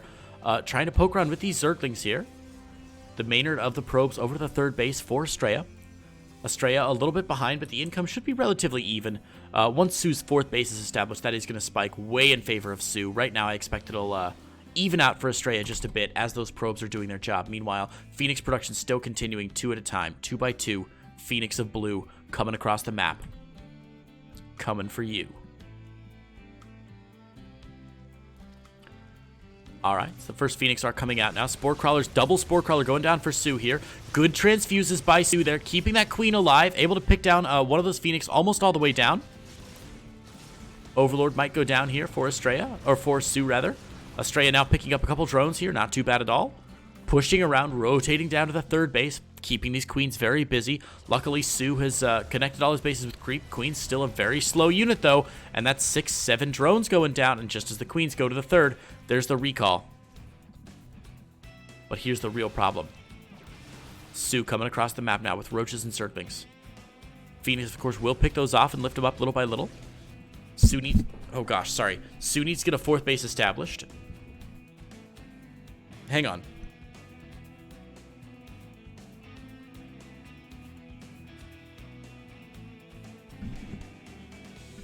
Alright, I'm back. Sorry. Jammed my microphone with my face by accident there. 5 gates now on the way here for Estrella. Estrella wants to follow this up with the same attack that he failed to do in his first game against Solar earlier. Phoenix actually this time, though, causing a little bit of trouble. Corruptors are out now, though, and the Corruptor is going to be able to give these Phoenix what for. Couple Phoenix going down now. Phoenix little by little. Nice kiting there by Sue. Nice micro, keeping those Corruptors very much alive. Dropping that Phoenix count down to just 4. Overseer gets in. Overseer will see all of the gates that... Oh, he's already seen all the gates that have been added on. Sue knows what he is up against. Sue doing a fantastic job of scouting this game. Corruptors chasing the Phoenix all the way back home. First Colossi is on the way out now. Extended Thermal Lance as well for Estrella. Sue's Mutalisks behind us. Mutalisk is an interesting choice. After seeing Stalkers and Phoenix, I'm surprised that he would even pump out any Mutalisks. 5, though, a very cautious number from Sue. Just enough maybe to keep his opponent guessing a little bit, get behind enemy lines, and do some damage. First Colossi, just finishing up here for Estrella. Going to get added on to this sizable Gateway army, and should add considerable DPS to what could be a very scary-looking Protoss army before too long. Dark Shrine as well for Estrella. Phoenix still in the main base there. Not a lot of energy left on those Phoenix. Only a couple Graviton Beams left, and the Corruptors are going to find them and chase them down. Sue moving off Creep here. The Creep spread from Sue not quite as impressive this game. He has used those transfuses on those Queens to try and protect against some of the Phoenix liftoffs. So, okay, 5 more Mutalisks on the way here for Sue, who's got a very scary Zerg flying army out. I never thought I'd say a very scary Zerg air army, but it's looking, with no Broodlords, like not a bad tier 2 choice here for our boy Sue. Mutalisks getting in here, Corruptors belching down one of the Photon Cannons. The cannon is going to go down there, and it looks like the Mutalisks, uncontested now, more Stalkers coming in though. Sue really committing to this very strange army composition. Overseer's moving out as well. Should lose one of those maybe by the Stalkers. The Stalkers do have Blink. Pardon me, don't have Blink. Really? Yeah, Blink about to finish up for the Stalkers. That's why. Okay. But nice probe kills so far. 8 into the mineral line of the natural. Again, Sue with an unusual choice here. Going for half Mutalisk, half Corruptors against already a lot of Stalkers from Estrella. Estrella now warping in some DTs. Either for budget Archons or to actually try and get across the map and do some damage. Maybe finding some drones at this top base here. The DT's coming down now. Looks like they will be checking for hidden bases here. And then going straight into the natural. Warp Prism on the way. Estrella ready to bolster his army. Once they attack in. Again, Mutalisks doing their damage here. Mutalisk taking fight here. Very hard to focus fire down one particular Mutalisk here. But a lot of Stalkers blinking in. That's going to draw all of Estrella's army down here. DT's getting into third base. The Queen is there to defend against it. Of course, Spore Crawler can't help those DTs be detected. Nice target firing from Estrella, though, picking down just the drones. But it looks like the big air army getting into the main base. Still not getting a lot done, though. Sue having some trouble. Oh, there we go. There's his prize, making it all worth it. Mutalisks getting on top of those two Colossi. The Colossi going down. Some poor army focus firing from Estrella. Estrella's movement, not quite what he wanted to do. Also losing his Warp Prism there. The DTs have been cleaned up, and now the army of Sue looks a lot more formidable now that those two Colossi are gone. There's a hallucinated Colossi in the army, but unfortunately for Estrella, that's not going to do as much damage as the two that he lost before. Banelings morphing in, Zerglings are here. Estrella blinking forward to try and get onto the top of this army. But here we go. Great force fields from Estrella. Gonna keep Sue from engaging. Very nicely done. Estrella lives to fight another day. Look at that beautiful force field composition from Estrella. Zoning out everything and keeping his units in the thick of the fight. But now that the sentry energy is getting lower, Sue senses that his time has come. Stalkers blinking through one at a time there.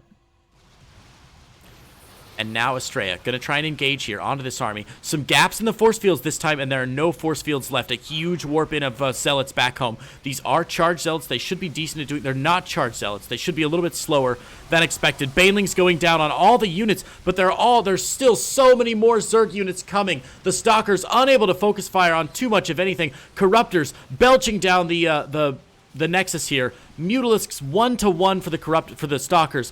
Blink's micro is very, very good there from Estrella, but Sue with 120 army supply, 77 more Zerglings on the way, a few Phoenix. Even if these Mutalisks get cleaned up, I can't believe it. The Corruptors are going to live long enough to take down this Nexus. The third Nexus going down there for Estrella. The Mutalisks still alive. The Stalkers have been taken care of. The lone Colossi, naked Colossi remaining. Estrella, GG's out. Ladies and gentlemen, you have your winner. Sue is going to win that.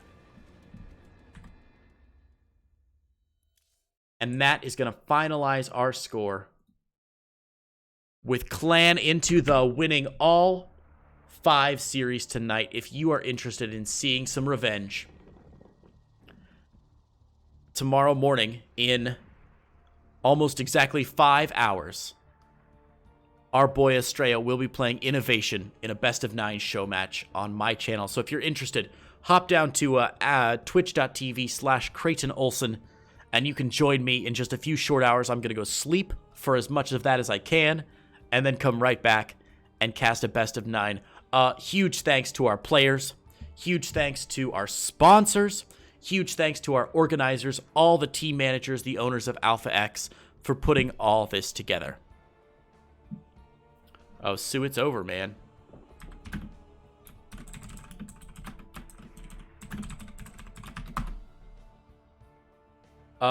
So that should be everything for the night. I'm just going to wait for just one moment. Now, I don't think I have the ability to raid anyone, but I will say M. Canning is playing right now, and I love that guy. Just going to make sure we're all done, right?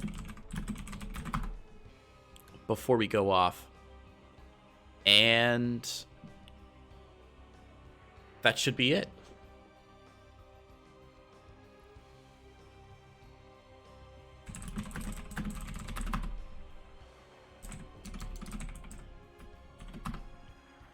All right, all done. And we are good to go. So, ladies and gentlemen, thank you so much for joining us. I'm going to see if we can raid somebody after this, just as a bit of a courtesy to the StarCraft community. Always try and send some good vibes to another streamer. But I'm not sure if I have the capability to do that right now. Might be tough. Anyway, whatever. I'll worry about it some other time. Guys, thanks for joining us. It has been a pleasure. I will see you all again in about 5 hours for the show match of Estrella versus Innovation. Everybody, wherever you are, have a good morning, noon, or night, and I'll see you again very soon. Much love.